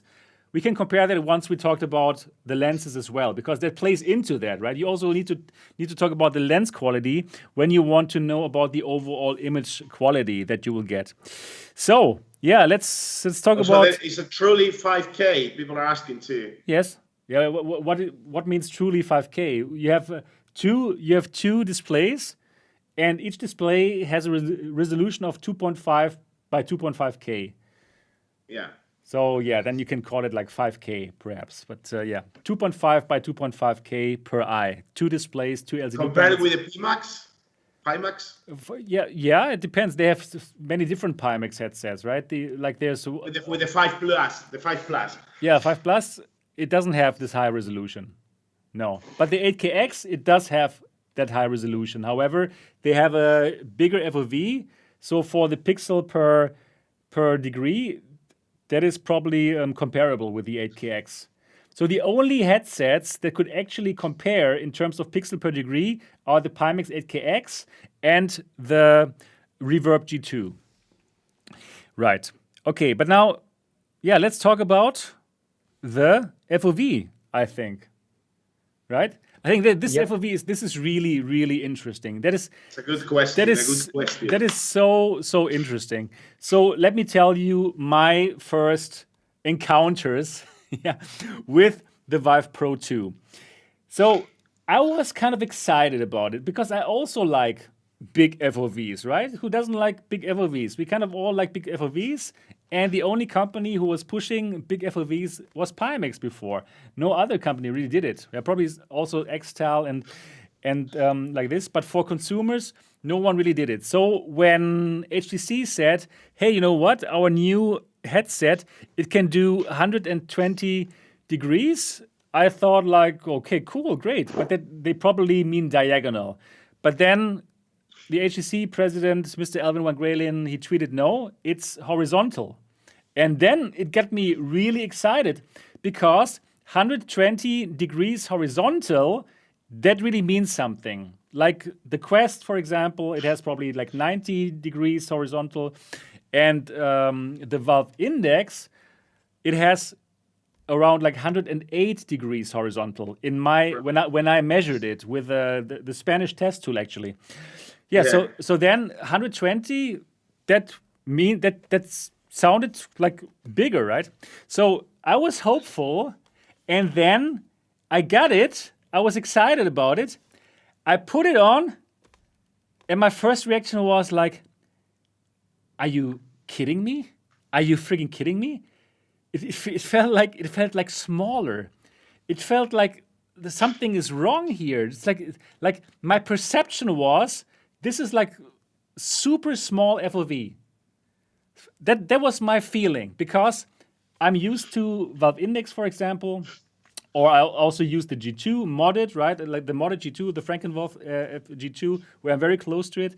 And the thing is, I felt something is wrong because suddenly I felt like here, the vertical FOV, it felt like suddenly it felt so small. It felt small. That is just what I can tell you. That was my first perception of what I saw. I saw like... Did you measure it? Yes. I'm going to get to that in a moment. I felt like I'm looking through some kind of mailbox slot. Is it mailbox slot where you put the mailbox in, or something like this? Yeah. I felt like this. That was my very first initial feeling, and I'm pretty sure, I'm very sure that lots of people will have the same feeling, especially us enthusiasts who are already used to VR headsets. The thing is, all of us have been looking through VR headsets that have the same ratio, where the horizontal FOV is pretty much on par with the vertical FOV, right? So basically the ratio was like we are looking through a 4x4 or like 1x1 or like 4x3 TV. These old television sets which have this 4x3 ratio. That's what we've been looking through our whole lives. I mean, before. Yeah, and then suddenly somebody tells you, okay, now you have to look at the 16:9 screen. And the first feeling is unfamiliarity. Can I say this? Unfamiliarity or so? Yeah. And it feels like you don't think that you're winning something horizontally. You just feel you're losing something because you are simply used to this 4x3 format. And now suddenly it's even if this 4x3 format becomes now 16:9 and the vertical height didn't change, is the same, it just like grew, you will feel you have less because it's strange. It's just like you're used to 4x3 and now you feel like you lost something, but actually you gained something. So that was my first feeling. My first feeling was, are you kidding me? That's smaller. That was my very first reaction, my initial reaction. And then I measured it in the toolbox, and then I thought, actually really, horizontally, yes, 114 degrees. That is actually really more than what I get with the Valve Index. But vertically, it was 90 degrees, what I measured. And that is the same like, for example, the Reverb G2, but 10 degrees less than the Valve Index. So actually, really, you really see less. Vertically. You can ask question all the time. Just very quickly on that point, actually, Sebastian, because somebody did ask a question, Base Pilot, earlier. Yeah. I'm just trying to look at the numbers here that you've got in your review, because he says you mentioned smaller field of view numbers when using the VR cover faceplate than with the standard one. I was just trying to pin that down. Now standard. The first, I never. What I'm talking about right now was the standard facepad that comes with it. I think on the review, because it says 117.25 degrees horizontal. That is the measurement from another tool where you find out what is being rendered. Oh, right. Okay, got you. Yeah, right. That would be the confusion there. That makes sense. Yeah. So it's not what you see; it's what is being rendered. Got it. Yeah. Right. Okay. And then with the other tool, you see what you actually see. So what is being rendered? That could be the maximum FOV that you could see if it was perfect, right? But actually you will see less because your eyes are probably further away than normal or whatever. That makes sense, yeah. You're right. So actually then I measured it and I found it really has more horizontal FOV, but the vertical is like 90 degrees. So something that we're used to from the Reverb G2 or from the Quest and all these headsets, right?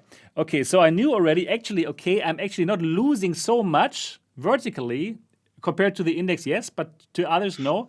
and I'm gaining horizontal FOV. So first hours definitely but then on the second day I already got used to it. So what I'm saying here, I'm sure lots of people will have this first impression, oh, something is up here with the FOV. But I'm telling you, give this a chance. Like now we are all used to 16:9, right? And now it's totally strange if somebody shows us like a 4:3 screen. And it's the same here. So it's it's something that you need to get used to. And I also asked HTC, I asked them, hey, what's the thing? What's the matter here with this strange 16:9? We are not used to that. And they told me that actually for the human eyes, we also have a horizontal bias. We also see more horizontally than we see vertically. And also that's the reason why our screens are 16:9. That's why I think this could be an issue for people coming from the index, because in my experience, coming from the index, I can't even see the top. Okay, it's completely immersive in terms of the vertical field of view for me in the index. Now coming from that to this, and even to like the Quest 2, I can make the comparison with the Quest 2, going back to that, where you can see the vertical thing. I think that can be a big deal, even if you're gaining this extra horizontal with a, as you say, the bias. Right. We have the horizontal. Absolutely, I agree, Yuri. And this is also obviously to get very technical and picky, what's the difference. But like, I also like to measure that, like the user experience. Like, because once you get into the game, you don't really worry about the FOV, or you are not thinking, oh, this is why they just trail it. So I guess this is if you play with a headset, you're right. You just once you measure, once you're there, once you are inside, once you get used to it, the feeling is good. Right? Yeah, it is. You get used to it. Like I said, like on the second day, I didn't think anymore about it.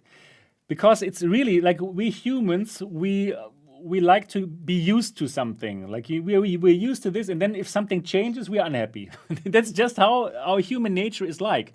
We are used to things, and then we're happy with it. And then if something changes, even sometimes for the better, the first moments, they will be strange.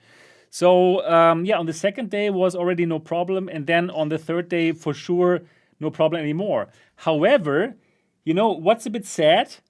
It's not that feeling when you first put it on, like, oh yeah, wow, that's what I've been waiting for.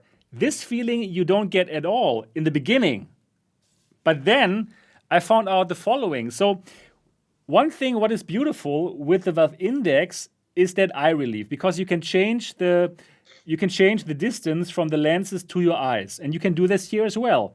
But for the Valve Index, you can like make the lenses like touch your eyes.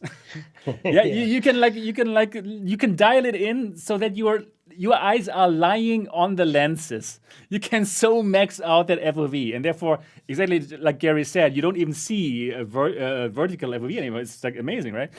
And you cannot do that here with the Vive Pro, with the Vive Pro 2. And then I saw like, wait, there is so much space. There's so much space wasted, right? So even in the closest position, I could still wear my glasses in that thing. So like, hey, there's something wrong. And then I started to do the mod again, right? So I exchanged the normal face pad that is, let me check, the normal face pad that is in there, and I simply put here this VR cover on it, which is like very, very thin, and I gained so much FOV. It was like such a big difference.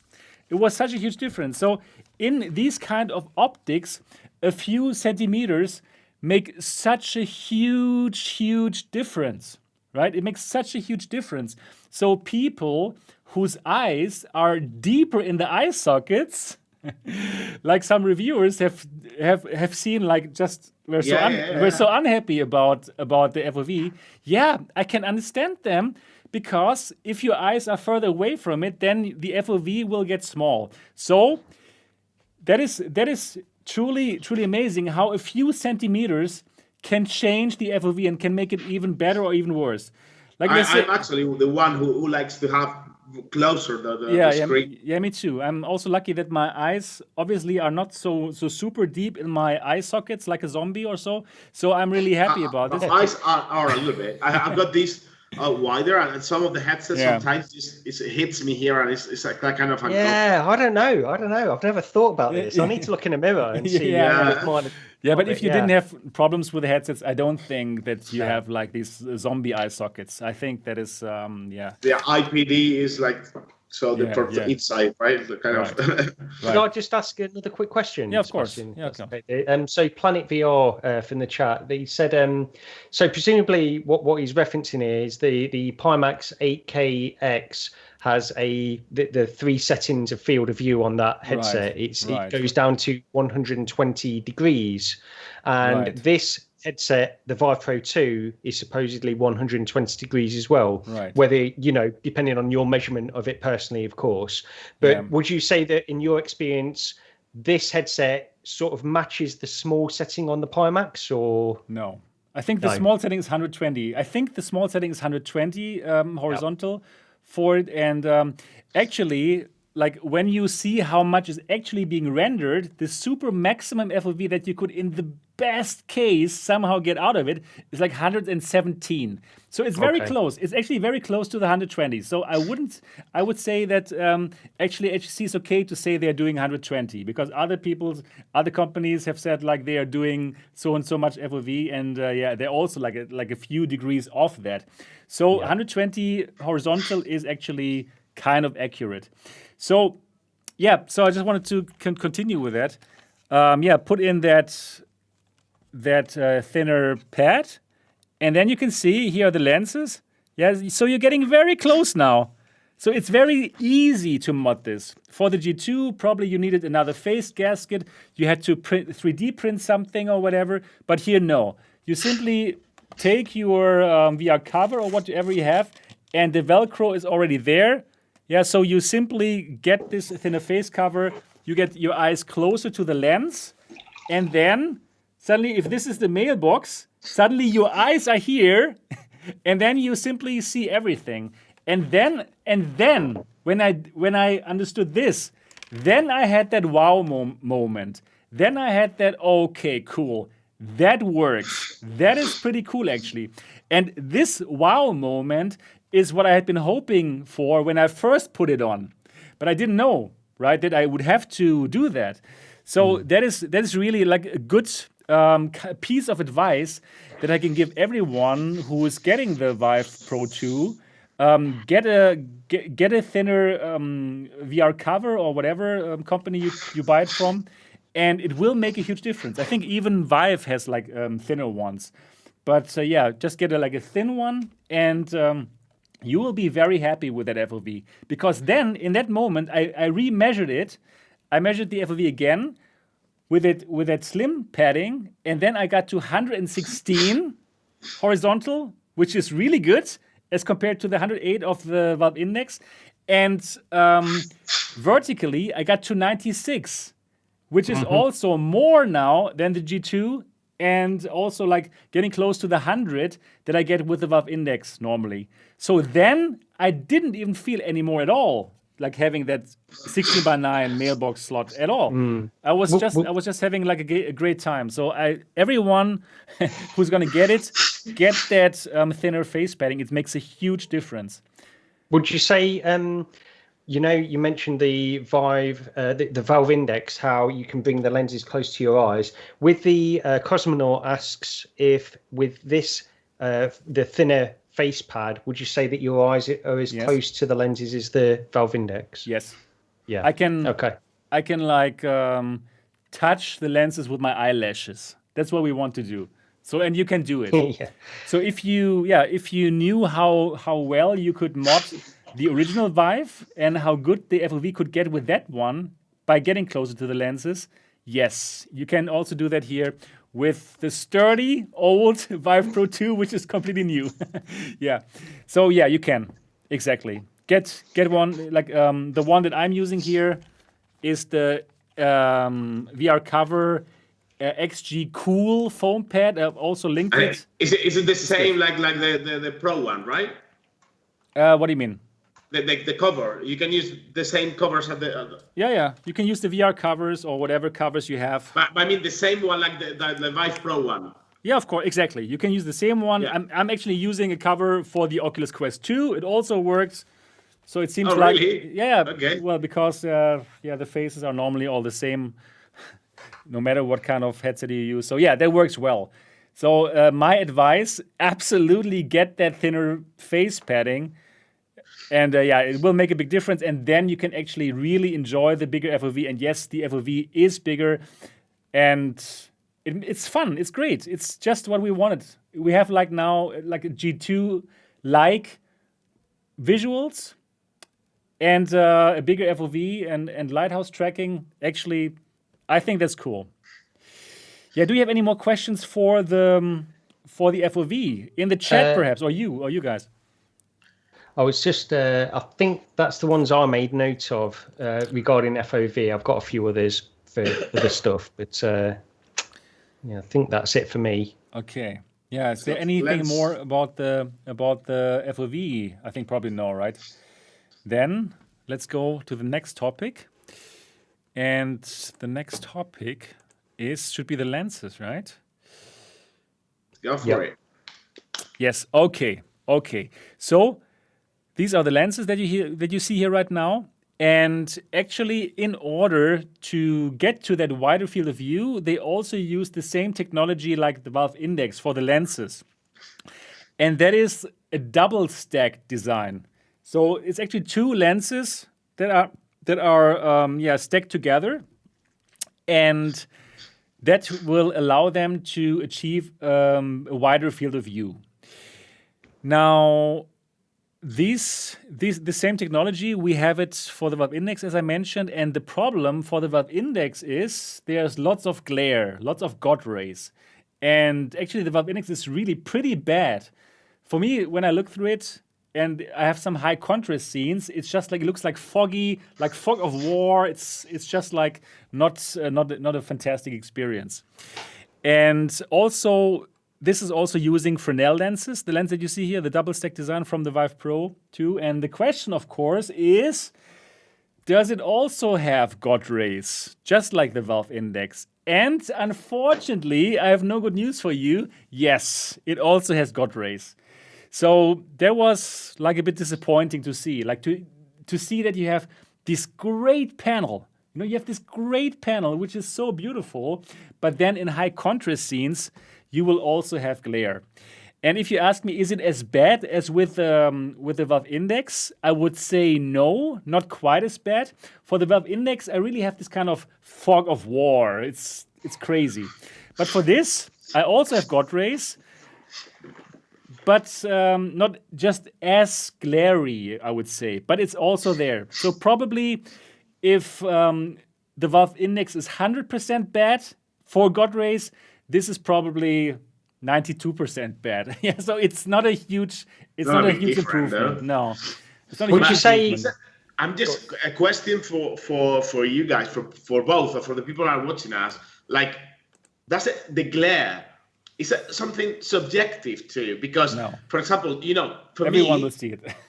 Yeah. No, but because for me, with the Vive Pro, especially with the first HTC Vive, Kathy, my partner, she sees the glare, but for me, it's not.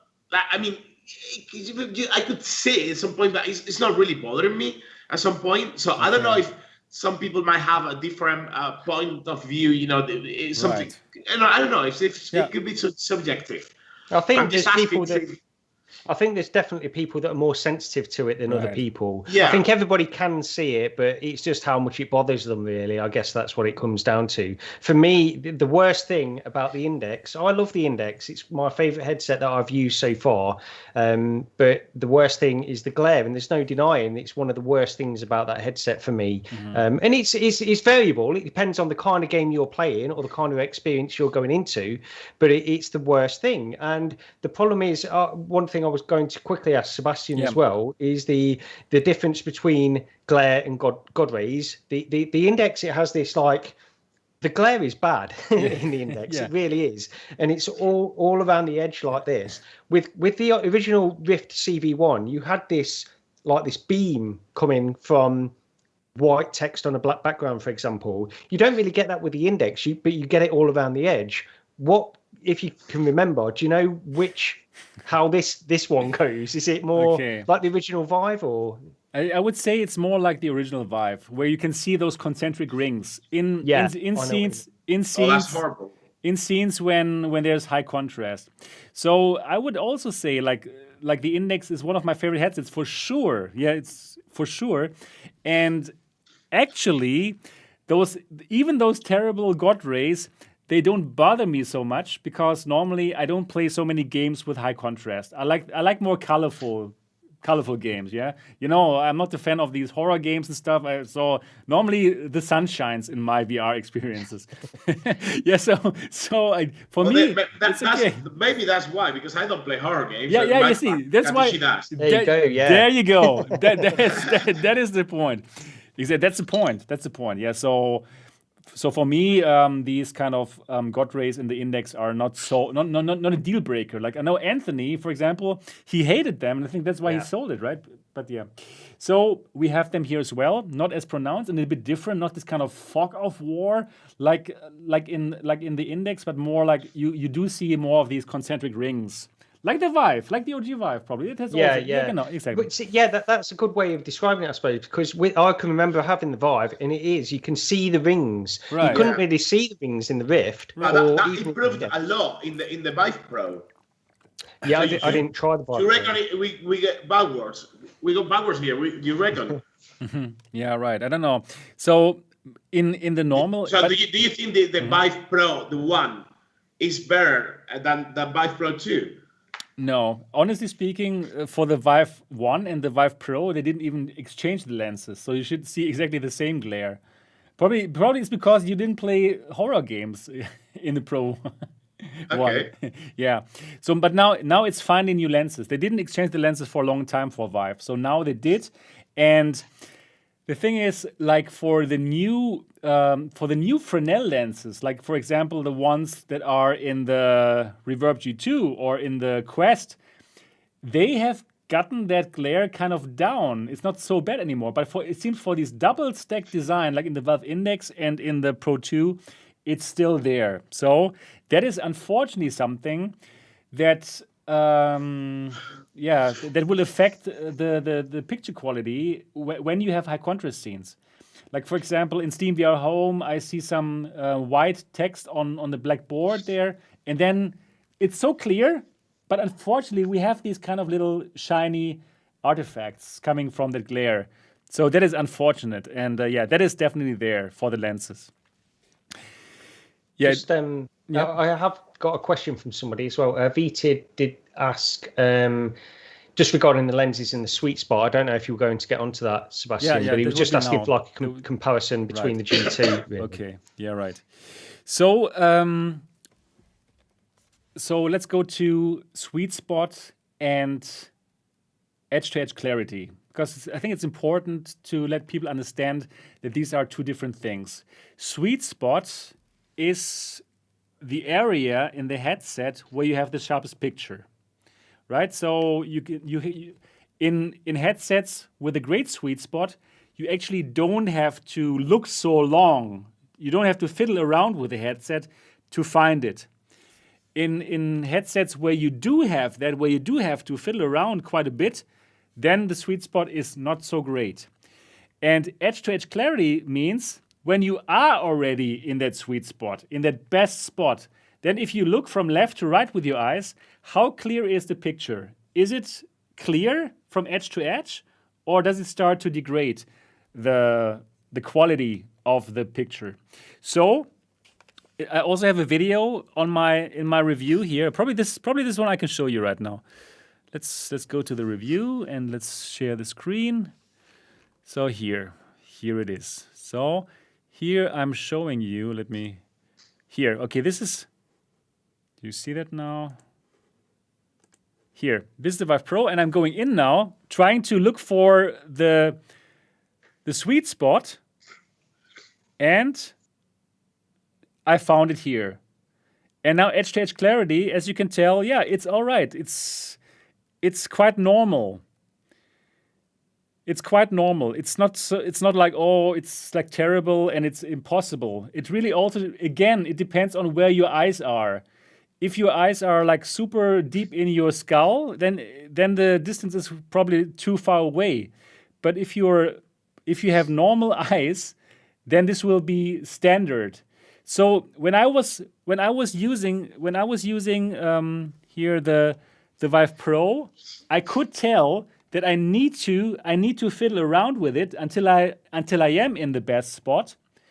But it was not worse than with the Valve Index. With the Valve Index, I also need to fiddle around with the Valve Index to get into the best spot. So I would say that Valve Index and the Vive Pro 2 are on par. And that is also the same with the edge-to-edge clarity. When I am in the sweet spot, I can see a very clear picture. However, for all these Fresnel lenses designs, it is always that you are going to lose some clarity in your peripheral vision. What we actually would need is going to go back to the aspheric lenses, those clear lenses that we had in the PSVR or that we had in the Gear VR, because then you don't have that problem at all of degradation of the picture going to the peripheral vision. So for all Fresnel lenses, it is kind of the same, and this is not particular. This is the Vive Pro 2 is not particularly bad, but it's also not particularly good. That's my feeling. With the G2, I forget actually. What was your impression of the G2 overall, anyway, in terms of sweet spot? My impression with the G2 is actually that the G2 has great lenses. So for the sweet spot, for the G2, when I put it on, like me, my eyes, I am directly in the sweet spot. So in my opinion, the lenses of the G2 are really, really good. And also, again, when I'm in the G2, I also see I have very good clarity as well. There is some degradation because it's also a Fresnel lens, but at least in terms of sweet spot, I feel that the G2 has one of the better lenses actually. And probably if you're coming from headsets with good sweet spots like the Oculus headsets, and then you try the Pro 2, probably you have to fiddle a bit longer to find that sweet spot, but it's really, really just the same as the Valve Index. So I don't think you're going to feel like, oh, the sweet spot is terrible. No, I don't think so at all. At least that's for me. It depends on your eyes, of course, but for me, for my perception, I didn't feel like, oh, this is terrible, this is unbearable. Not at all. It's the same like Index. Yeah, we should have this conversation again once Gary and me try the headset. Yeah, of course, exactly. And right. Probably. I think Carlos is right though. I think as well that what he's saying there is it's there is so much of this, and I know that you've alluded to this too, Sebastian, that is subjective. I think there are certain things that are objective, but there's a lot that is subjective with this crazy. As well. It's really crazy because for the G2, I had it very early, and I really enjoyed the sweet spot a lot, right? And then the device comes out 6 months later. People are angry that they had to wait so long. And then someone says for some people they felt it's terrible, but actually I think at that point in time, lots of people didn't understand the difference between sweet spot and edge-to-edge clarity. Probably what they were unhappy about was that the edge-to-edge clarity is not as good as for the Quest, for example, because suddenly you had that super high resolution and that super crisp image, and then you could more easily see that the picture quality in the peripheral vision would degrade, right? Because the picture was so crystal clear in your center of vision. Yeah. Anyways, so I had people send me over their G2s. I had at one point 15 G2s here, and I want to see is there any difference, and they all were all exactly the same. So it's all about perception. For my perception, Index and Pro 2 are pretty on the same line, and I couldn't feel that it's bad or something. Yeah, that was my perception. Do you have any more questions about sweet spots and edge-to-edge clarity, or should we go to the next topic? I think we can move on. I can't see him. Yeah, probably I can just show you this again. So that's what I wrote here. So overall, the Pro 2 is a very solid visual upgrade that scores with fantastic high-resolution panels that offer best-in-class colors in that display category. The wider FOV is a nice add-on that especially shines when you're able to get your eyes as close as possible to the lenses, right? That's what I meant. That's important. The viewing pleasure is only clouded by glare in high contrast scenes caused by lenses that do not improve on the Valve Index double stack lens formula. So yeah, that's what I could say. Like, it's a fantastic panel, and the only thing is it's just sad that there's this glare. Right? If it wasn't for the glare, wow, it would be incredible. But also, like me, I'm not in these high contrast scenes. So for people who are only in high contrast scenes, probably, it's not for you, right? Just like the Index. People here, they're asking me, I don't know how to say that in English, like chromatic aberration. Yeah, chromatic. Yeah. No, I didn't see chromatic aberration. Yes. And I only really colors on the sides. The colors on the sides. What's on the side? On the colors and on the like the contrast on the edge. Yeah, we can have a look again at that video if you can see something. I filmed it through the lens, but I didn't feel any problem with that. So let's have a look at that again through the lens. I think perhaps we can see something here.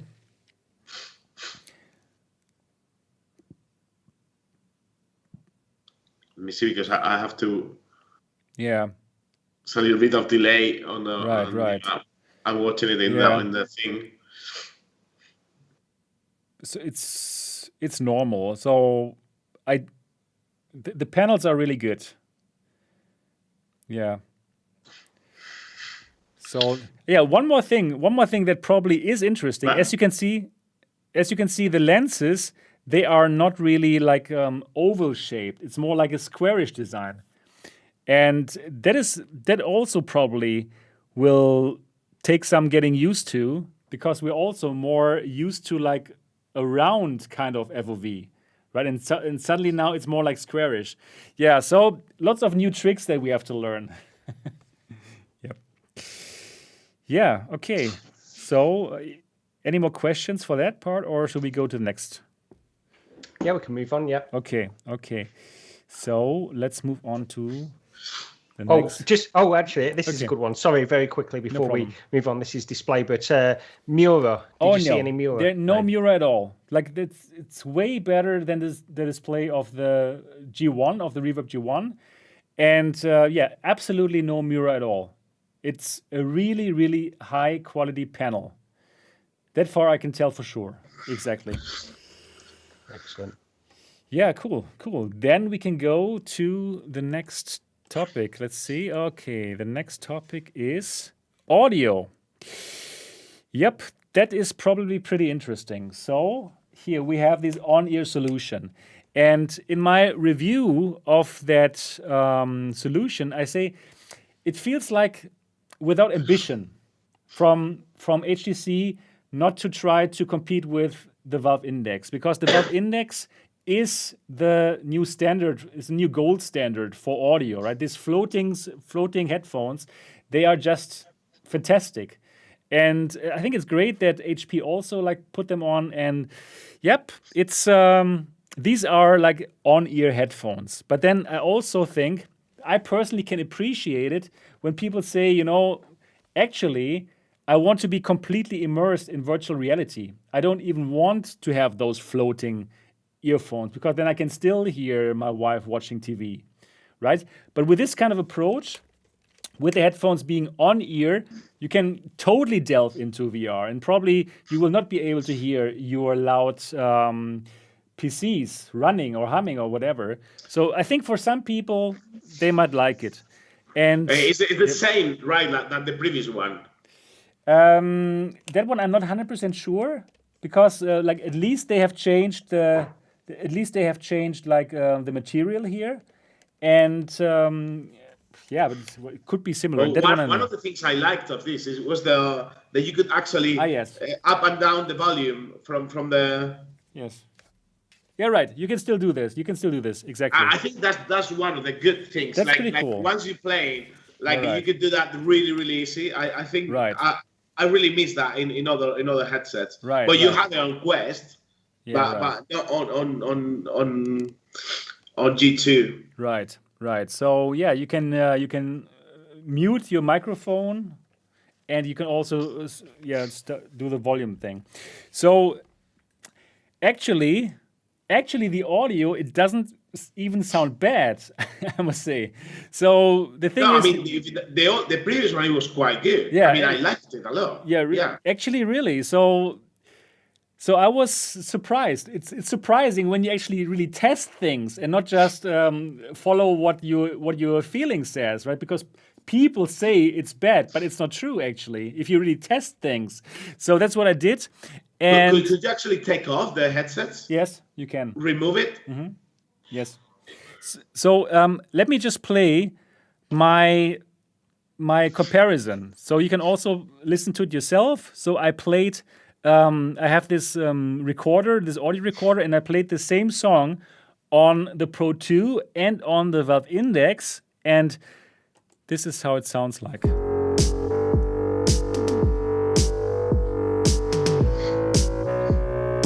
Actually, not so bad. This is the Valve Index, so the bass is super strong.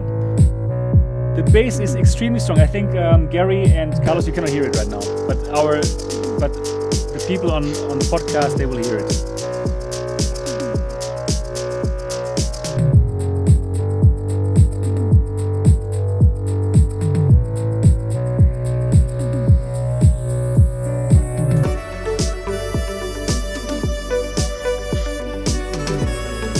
Actually, the highs are really good.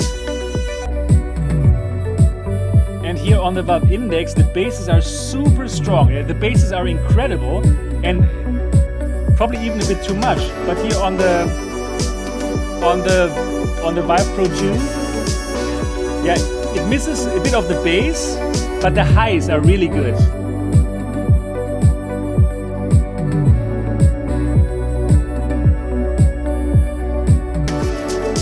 But from the sound,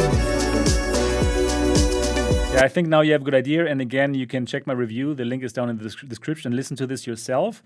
But honestly speaking, from the audio, I was positively surprised. So it's not that this is that these are bad headphones, not at all. So I think that's important to say, that you should actually really try the stuff that you review, and then you will find out that it's not so bad.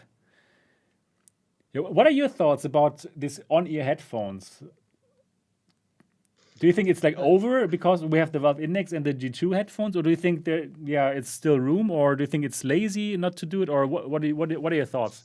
Personally, I like the off-ear headphones for me, and it's not just. I do think that they sound great anyway on the Index, but also the fact is, when you've not got those things on your ears, it's heat. This is a big issue as well. Whenever you're playing VR, there's less heat with that kind of stuff. So I'd rather not have on-ear headphones. Right. But then again, I didn't know I wanted that until I tried the Valve Index. You can still play a little bit like this. You could, yeah. You know, you can. I mean, I really like the sound. I'm talking obviously about the previous VR Pro, and I really like it. And like I said, the fact that you could change the volume and thing in there, it's quite helpful. Right, I agree. So, Sebastian, just quickly before we move on, what was your overall impression like? Which would you prefer, given the choice, just the straight choice between having Valve Index audio or the Vive Pro audio? Valve Index audio, I really like the Valve Index audio. I just like you said, it's not going to heat up your ears. Anyways, I'm playing alone. Exactly. There's nothing which would actually, for me personally, I have no other noise. If I'm playing VR, I'm playing VR, and I'm alone here in the studio. So yeah, for me, I don't have that issue that probably I need to get away from other sounds. But again, I really can appreciate other people who don't have that luxury and who just need to get away from real reality and the real noises. But for me personally, I prefer the Valve Index speakers. What do you think? What about microphone? Yeah, that is the next topic. That's the next topic. Okay. Yeah, right.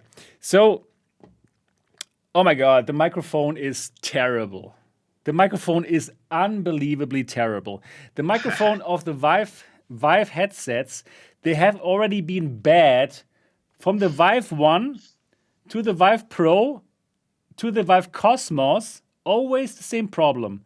The problem has always been the pop noise. So the actual sound is kind of okay, but if you say some P sounds, like Peter Parker plays piano, the one that I'm always using in my video reviews, you get this strange bad noise. And yeah, let me also play that for you, because of course I have also made a video about this. So this is the microphone test. This is how the microphone of the Vive Pro 2 sounds.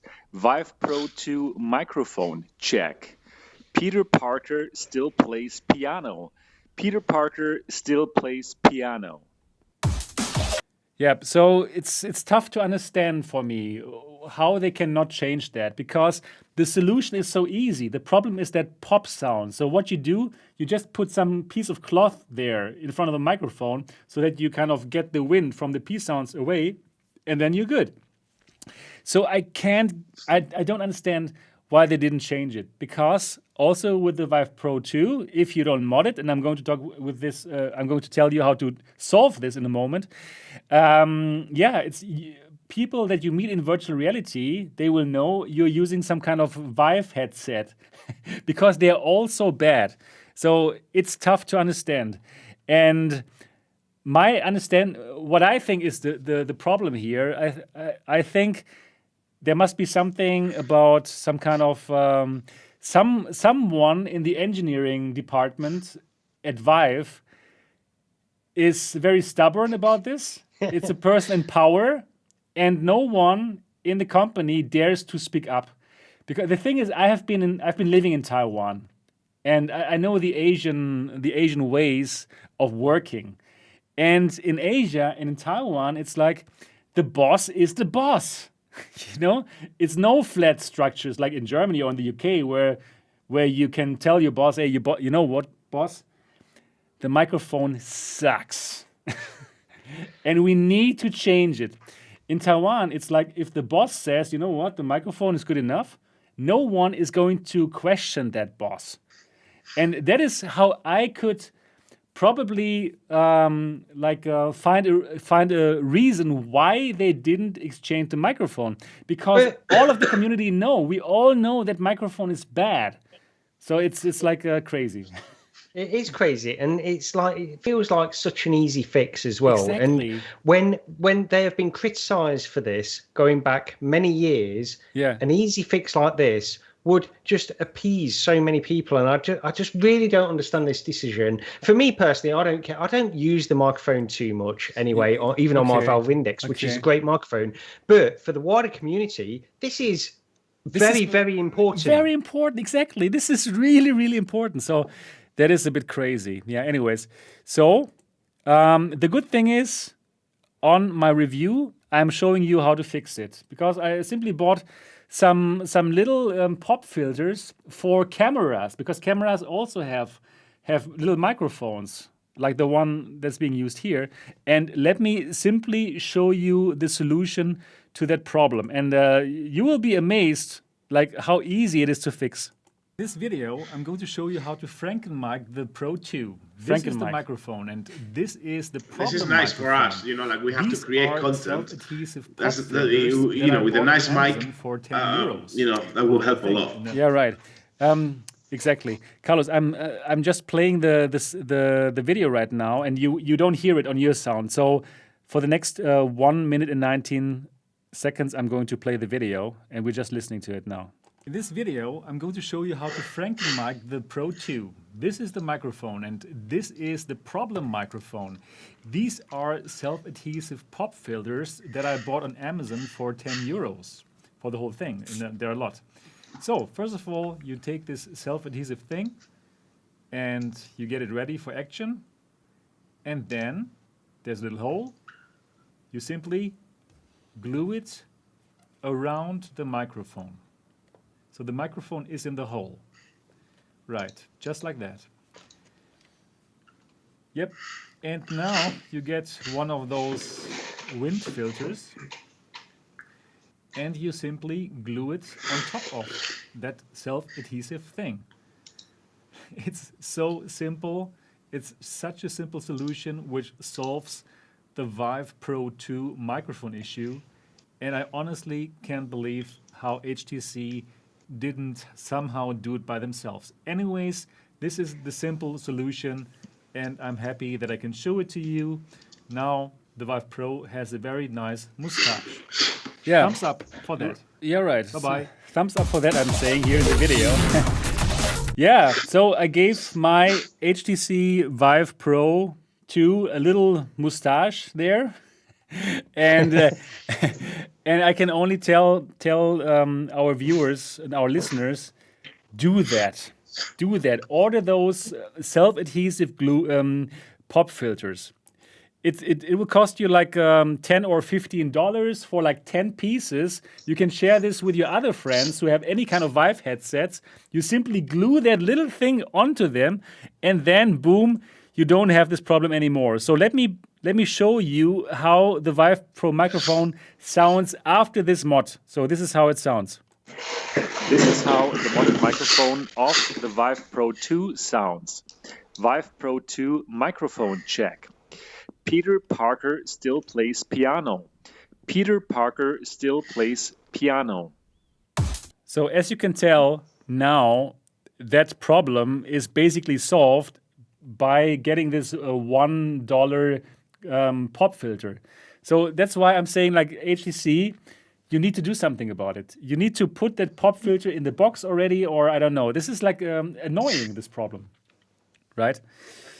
Yeah. Yeah. I was just going to say as well, because I put those same things on my you Valve, also have it. only because the Valve Index doesn't have an issue with like the P's and stuff like that. Right. But I do have them. I don't very often make videos where I record directly like this, but you can still hear like the breathing air going past even on the Valve Index.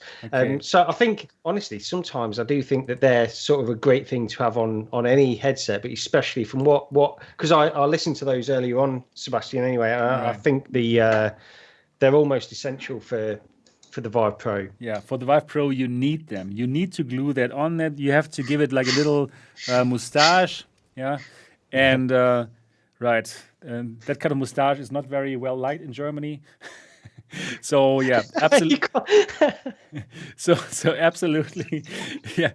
But you still have to put it now onto your Vive Pro too, if you get one. And actually, also you can put this on your old Vive and Vive Pros. Right? It's not just for this one. Whenever you have a problem with your Vive, then you can put that pop filter. Yes, right. So that's the microphone. Big embarrassment. I can't say it in a different way. I would really love to know why, but I guess it's really because of these internal company policies where the boss is right in Taiwan. It's just like that. Yeah, right. Okay, controllers. The next point is controllers. I think we already talked about this. Yeah. Now we're talking. Now we get to performance. So I was positively surprised, I must say, about the performance that the Vive Pro 2 gave me. So I used it on the two systems that I have here in the MRTV headquarters. It's a 3080 PC, that's one, and the other one is a 1080 Ti machine. And first I tried it on the 3080 machine. And yeah, it performed great. I mean, just great. I can't say it in any other way. So Half-Life Alyx, of course, I tried it at maximum at the maximum visual fidelity for the settings within Alex, and the Vive software, and I think that's something important to mention as well. Now there is a Vive software, and you do your settings in that Vive software. So you have 5 different kind of quality settings. I think it's like one: performance, balance, high, ultra, and extreme. And I used the extreme one, and the extreme one will give you the native resolution that is here, 4,896 by 2,448 at 120 hertz. So at that high resolution, I can play Half-Life Alyx, and please have a look at the Through the Lens video that I shot. It just looks amazing. It's just fantastic. I got 120 FPS. But then even for games that are really demanding, like X-Plane 11 and Project Cars 2, I also got really good FPS, around 60-ish. And that is pretty amazing for these games. You know, these games normally really are very taxing on the hardware. So that is pretty interesting. And to be able to compare that better, I did the OpenVR benchmark test. And for the OpenVR benchmark test at extreme settings, on 100% SteamVR super sampling, I got to 33.62 FPS. And for all the people who don't know the OpenVR benchmark tool, it is designed to really put stress on the GPU. So you're not supposed to get 90 FPS here. It's normal to get this kind of low values, 33 or what. So this value actually is pretty good. And that is even better than what I got with my Reverb G2 on the same machine. On the same machine, I got 28 frames per second for the G2. So it shows you when you are at 100% super sampling with those two machines, with those two headsets, you will get a better performance out of the Vive Pro 2. And that is kind of surprising and counterintuitive, right? Counterintuitive, because the Pro 2 actually has a higher resolution than the G2. Now, the reason is that the render target for 100% super sampling for this device, for the Pro 2, actually is exactly around the native resolution, like 2,500 or so. But the render target for the Reverb G2 is way higher than the actual resolution of the panels. It's like 3,000 something by 3,000. And therefore, if you compare them at 100% super sampling, you will find out that you get a better performance for the Vive Pro 2. Now the question, of course, is why does the Reverb G2 have that higher render target at 100% super sampling? That's a question that Gary wanted to ask me right now. Right? Well, yeah, go ahead. Yeah, right. So I asked the HP team. I reached out to the HP team and asked them why is it that you have such a higher render target, and they told me the reason is their frame buffer. So they render a bit more of the actual scene for a buffer, which will help you to get to the next picture when you move your head, for example. So there won't be any kind of stuttering, for example. But it's a bit more complicated, actually. Yeah. Well, see, I didn't realize it was that actually. What I was going to say is most headsets will render a bit more, above 1.4. They will usually render 1.4 above the native resolution of the headset to correct for barrel distortion, where it stretches it out.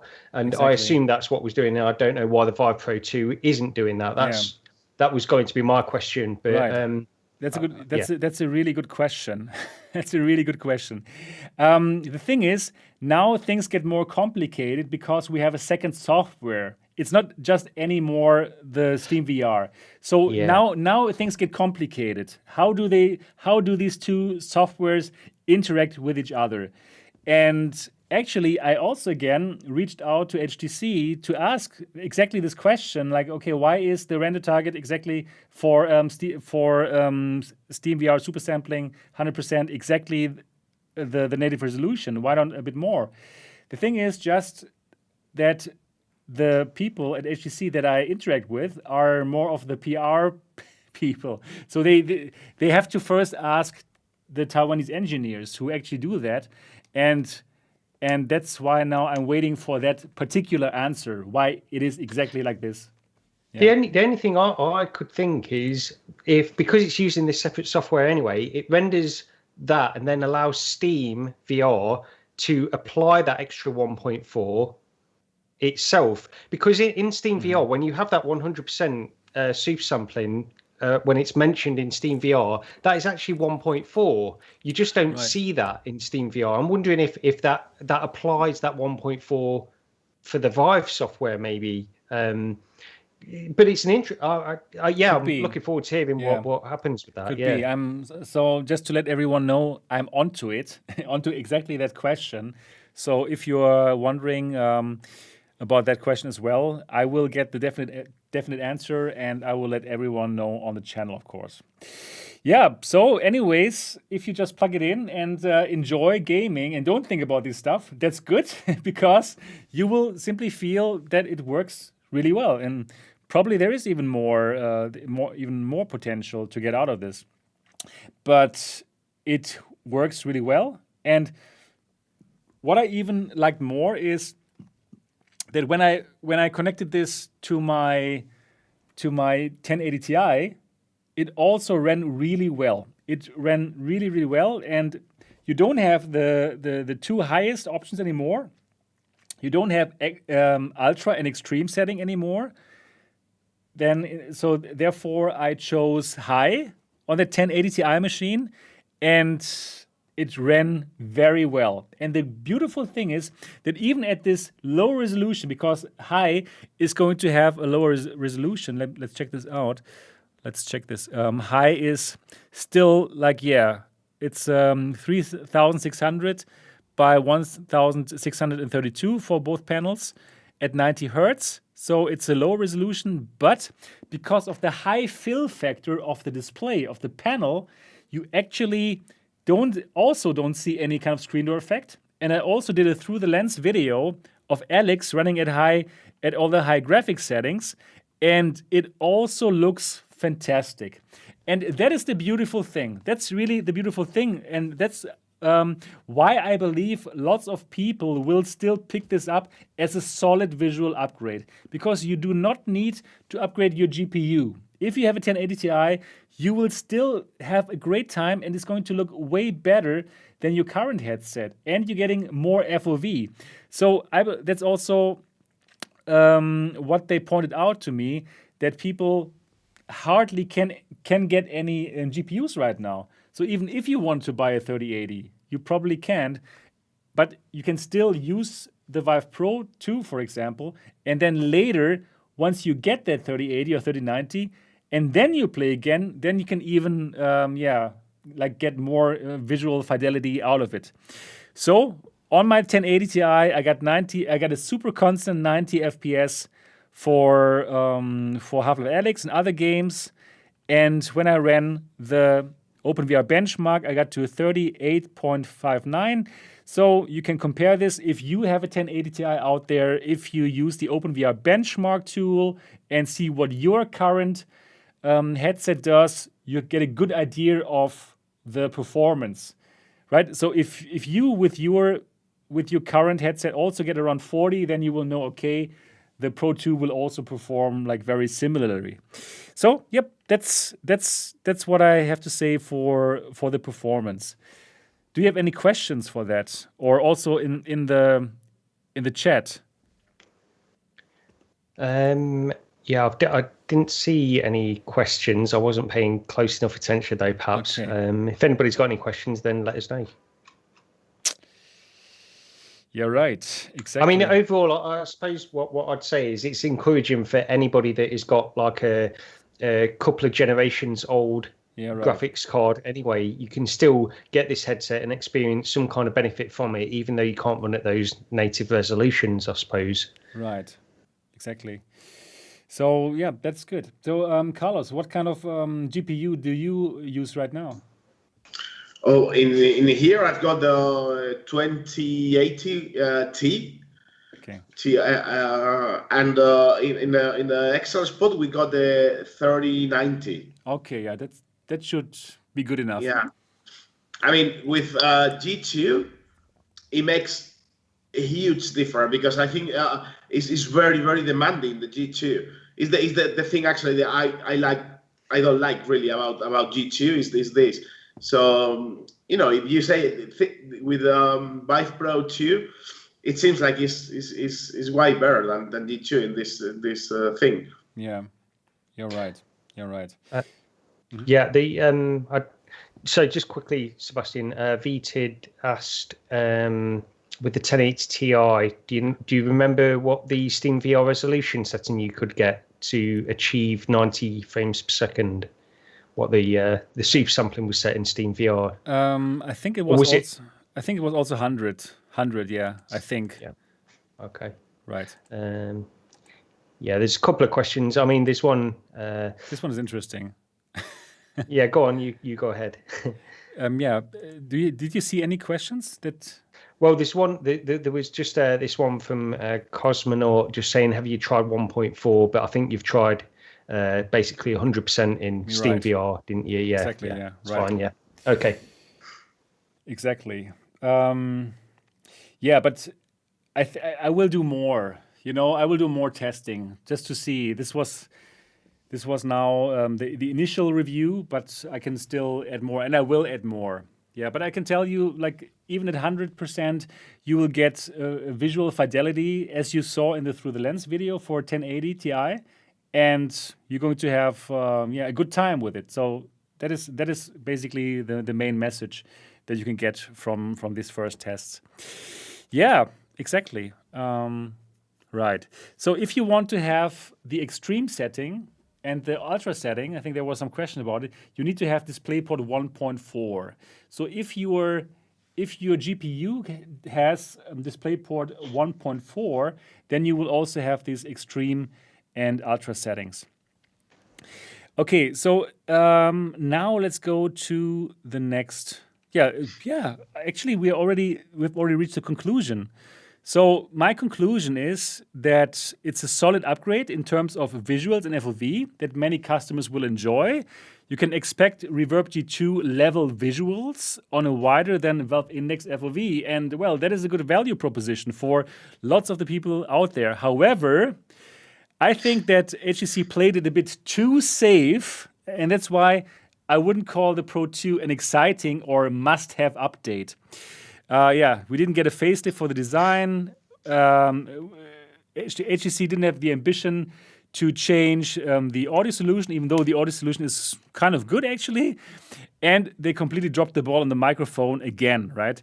So, for VR enthusiasts who are willing to mod the microphone with the Franken mic mod, It's a cheap and good fix for the problem of the microphone. It's a solid upgrade. They won't force you to upgrade your existing GPUs. And once you get better GPUs, then you can simply have a better experience. So now and then in my review, I actually talk about all the different headsets, and I think we can, at the end of the show, we can also do that. So in my opinion, if you have a Valve Index, and if you are happy with your Valve Index, I'm not going to tell you not to be happy anymore with your Valve Index. The Valve Index still is an amazing headset, and it has like a good enough resolution not to be bothered by it, right? However, and that's only if you're already used to some other resolution, like for example me, I'm used to the Reverb G2 resolution. And that resolution for me, it completely spoiled my Index. Like, I still like the Index, but if I wear it, I'm like, oh yeah, okay, it could be better. That's the thing, right? Once you get used to better technology, then going back is hard. And I do have this, unfortunately. So for me, the Index is spoiled because of the G2. So therefore, for me, and probably for other people who are in the same position, if you are spoiled by the G2, but you want to have lighthouse tracking, then I think the Vive Pro 2 is a good choice. However, if you are a Valve Index user, and if you care about audio and a perfect microphone, I would say sit this one out and wait for the next best thing. Yep. Then for users of the Reverb G2, the situation is a bit different.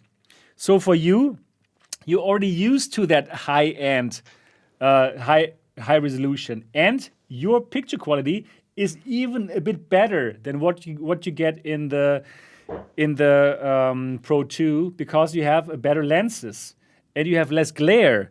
So the question is, do you want? Cutting you out the connection. You're right. I think we're back. Okay. So I was just saying that if you are a Reverb G2 owner, you're already used to that beautiful resolution. And then only if you want to have the wider FOV and the lighthouse tracking, then it will make sense, but it's going to set you back $1,400. Yep. So not a must-have upgrade. Yep. Oh, sorry. No, you finish your thought, Sebastian. Okay. Go ahead. Yeah. Yeah, I would go through all the headsets. Yeah. Okay.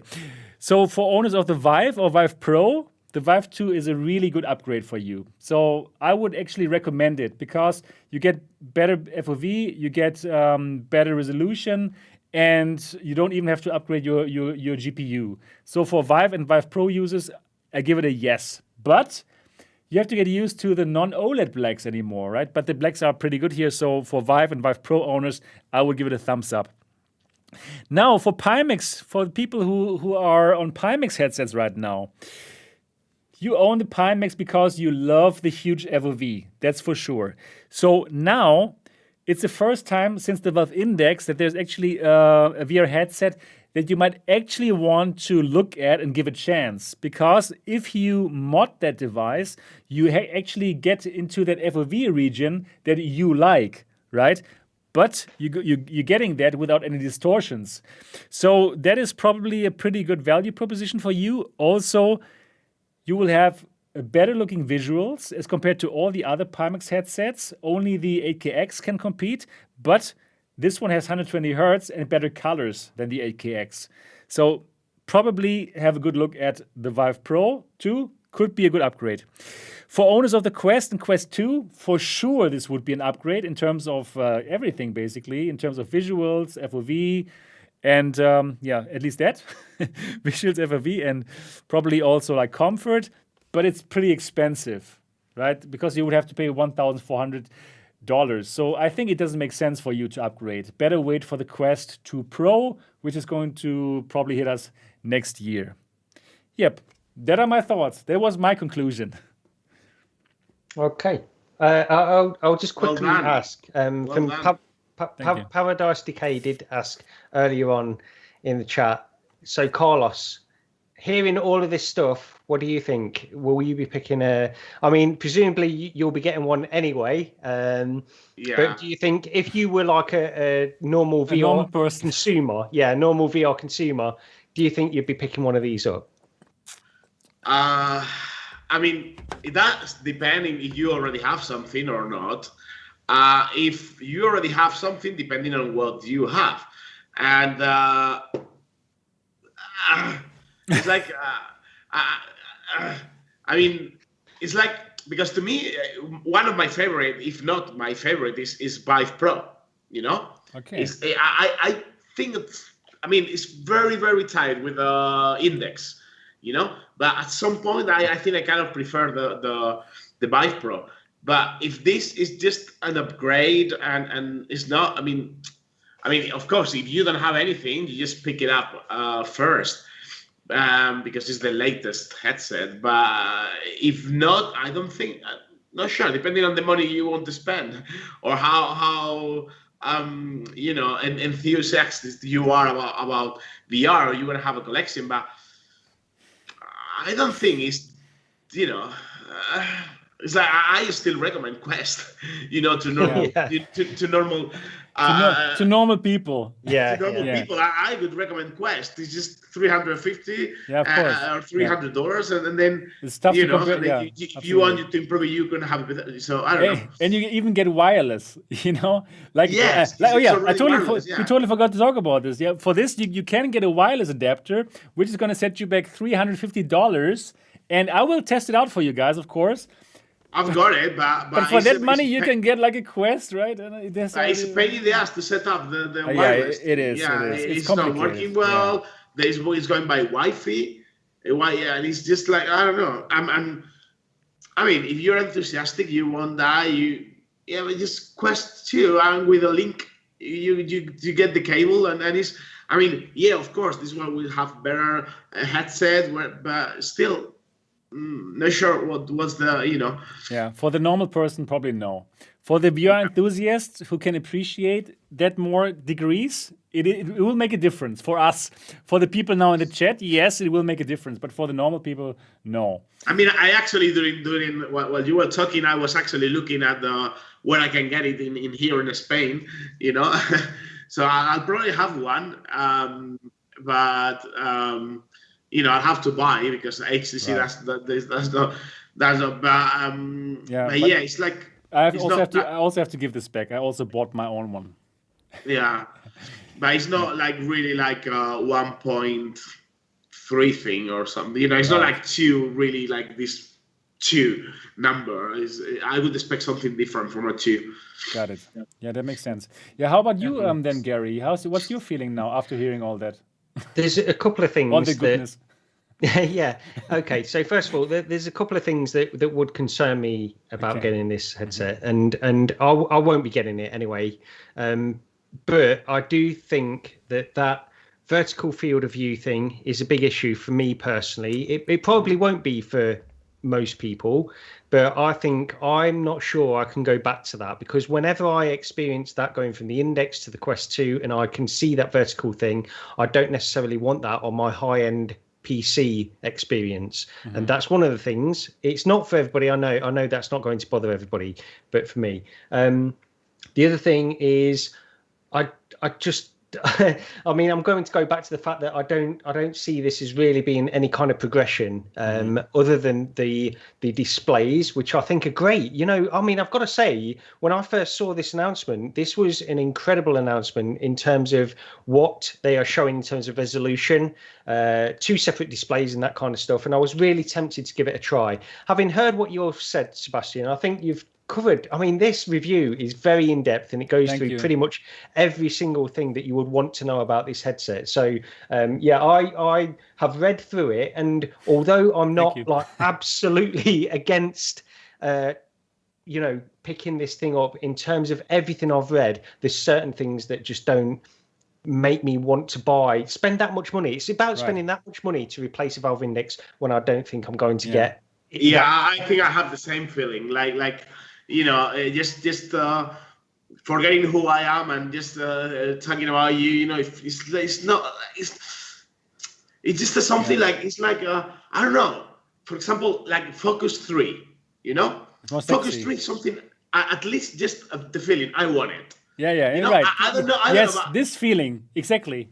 This is like, missing, right? This is missing here. Yeah, I know. But this one is like, I feel like I already have it. Yeah, exactly. At some point, it's like, I don't know. Really, that's a good point. That's a really good point. The sex appeal and this is more something that works. Decadir. Decadir? Yeah, no. I want it. I don't know. They're not still there. We want new things. That's the thing. We humans want new things. It's like kind of I want to try this. But this one is like, I don't know. They should change at least something. Right. Just to finish off, just a quick final thought from me. I will say, like, that resolution has to be of a huge benefit to certain people that play VR. Simmers, you've got Flight Sim. Yes. I mean, Steve on this show. He would like it. If he gets hold of this, I'm really looking forward to hearing what he thinks of it in Microsoft Flight Simulator and that kind of stuff. Exactly. And it's got its place perhaps, but it's not for me. Yeah. Right. Yeah, but I think for simmers, yes. Absolutely. You want to see more on the sides. I spoke to quite a few simmers, and that's why they would pick up something like the Pimax headsets, for example, because they want that more resolution. And I also talked with some simmers who play like racing sims, and they told me, like, you know what? I freaking give a you know what, for that vertical FOV, because I'm playing a game where I wear a helmet anyways. Yeah. Yeah. So that's a good question. How it is for porn? Is it good? It's like that's a very good question. I haven't tried it yet. Oh, is this the reason the review was a little bit delayed? Yeah, I had to test out everything. Right? No.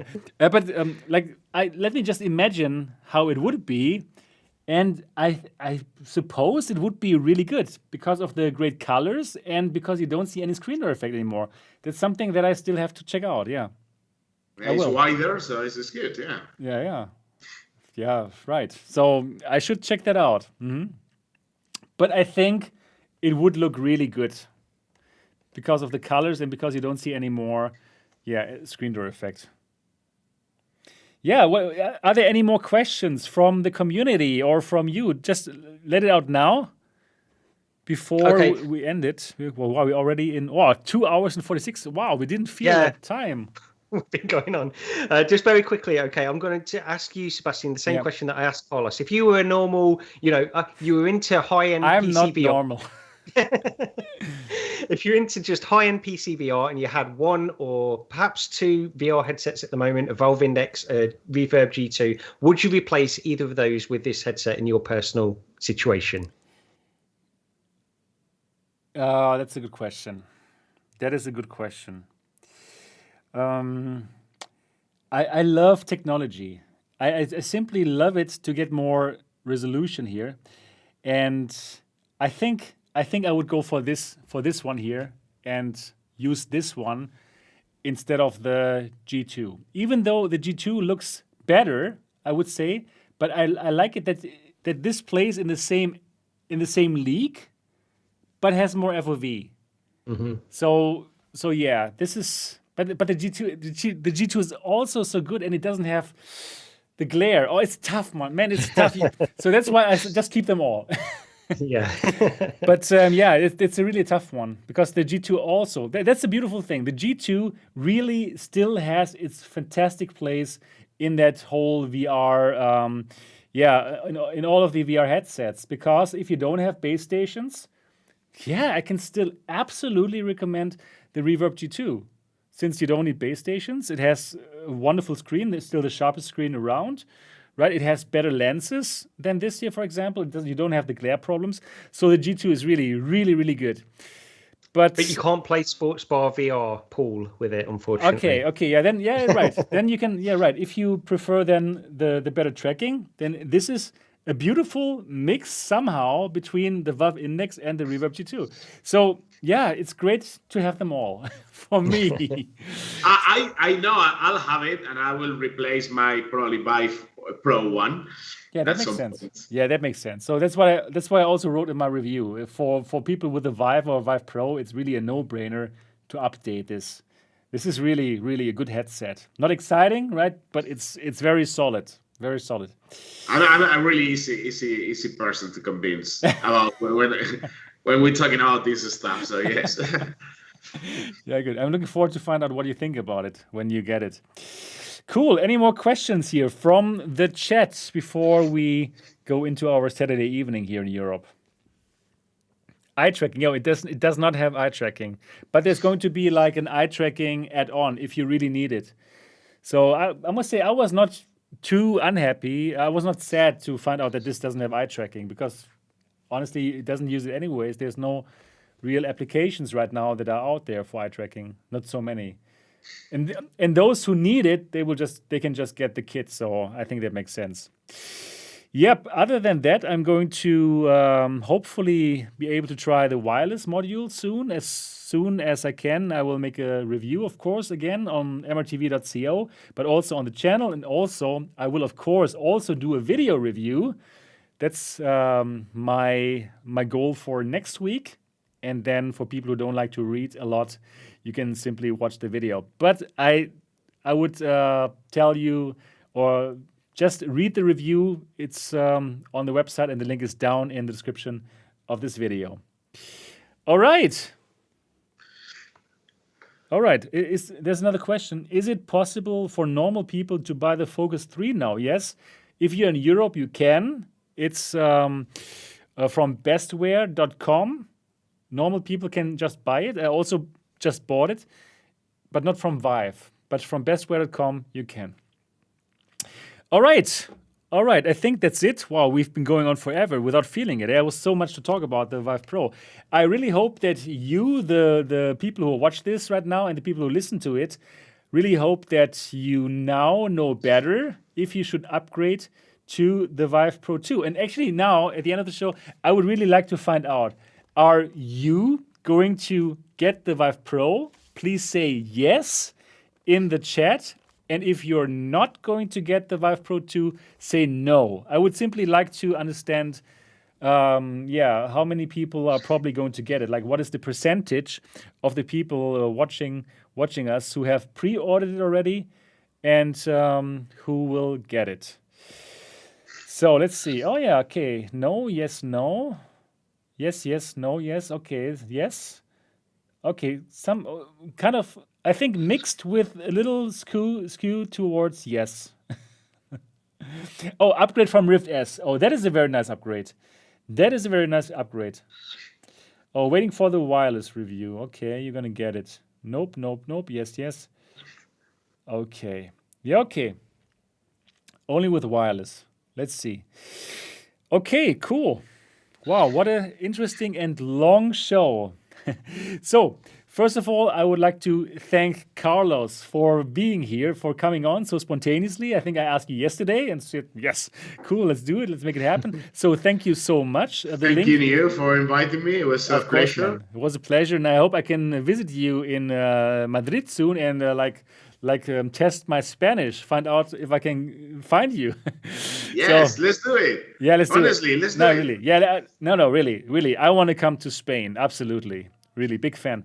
And yep, so please, everyone in Spain, check out XR Spot. The link is down in the description. That is Carlos' project. If you want to know everything about VR or AR, absolutely, you must support him in the Kickstarter campaign. That's very important. And definitely check it out. Of course, also thanks to Gary for being on the show again. It was a pleasure to talk with you. And thanks to all of you who are watching this right now. If you enjoyed this show, please give it a thumbs up right now. Right now. We need more thumbs ups. And again, if you didn't do it in the beginning of the show, I would really ask you to give us a 5-star review if you enjoy this show. Like, we're putting out this show here every Saturday, and the best way to thank us and to let other people know that this is a very good podcast is to review us on iTunes. So get out your iPad or your iPhone, find the podcast app, and find the Next Dimension podcast, give us a 5-star review, and that would make us all very happy. And that's it. That's everything that we have for this week. We're looking forward to see you in the next week. Until then, bye-bye. Bye. Bye. Happy Christmas. Not yet. I know that you always say that. You say that in Spanish normally, right? Yeah. Feliz Navidad. That's so funny. Yeah, we're still live now, Carlos. Yeah, just for you, just to let you know. Feliz Navidad, Happy Christmas. Yeah. Yeah, right. Just to let you know. Normally we just do like a 3 minutes debrief, just to find out what the guest thoughts about the show. So yeah, how was your feeling to be on the show? Did you enjoy it? I really like it. Yeah. I mean, it's always nice to be with people talking about VR. Yeah, right. Exactly. You know, and especially people who really knows a lot about VR. So it's fun. Yeah. And it was impressive the review you did, man. Thank you, man. Really good. So I think I hope that people have now more information on their hand to make an educated purchasing decision, right? So that they can really know, okay, is this for me or no? So hopefully this I achieved that goal. And if yes, give it a thumbs up. I think I read the review earlier today, Sebastian. Yeah, I mean, you went through pretty much everything that I would have had questions about anyway. Just quickly, I don't know if are you planning on doing a full video review of this as well? I will. Yeah, with all the visuals backing up what I say, and that should be pretty good. And I'm also going to make it a long one. So I'm going to go through everything. I'm not going to make the normal 10-minute one that's good for the YouTube algorithm. I'm really going to go into each detail just like in the written one. So hopefully it's going to happen next week. And I think yes. But I wanted to put out the written one because people want to know if they should go for that $60 or whatever that HTC is granting them for pre-ordering. Yeah, okay, cool. Great show. Really nice. Really nice, exactly. Even 3 hours and unbelievable. A little bit more. Yeah. That was the longest show I've been on. You told me it was going to be just a couple of hours. Yeah, I'm sorry. I told you 2 hours. He always says that. Yeah, right, exactly. Just 2 hours. And then you're trapped in the Next Dimension podcast. Yeah, cool. I really hope also that the Spanish-speaking people enjoy got all their questions answered. Yeah, let me try my Spanish. Soy Sebastián, vivo en Alemania, vivo en Dortmund y tengo un canal de YouTube sobre realidad virtual. Yeah, was that correct? Sí. Tengo un canal de YouTube de realidad virtual. De realidad virtual. Okay, cool. Yeah, Look at me, the illiterate UK guy who can't even. I can only speak English and that's it. I'm useless. No. Yeah. It's just my hobby. Yeah, good. Okay, we're going offline now. Thanks for watching and see you next week.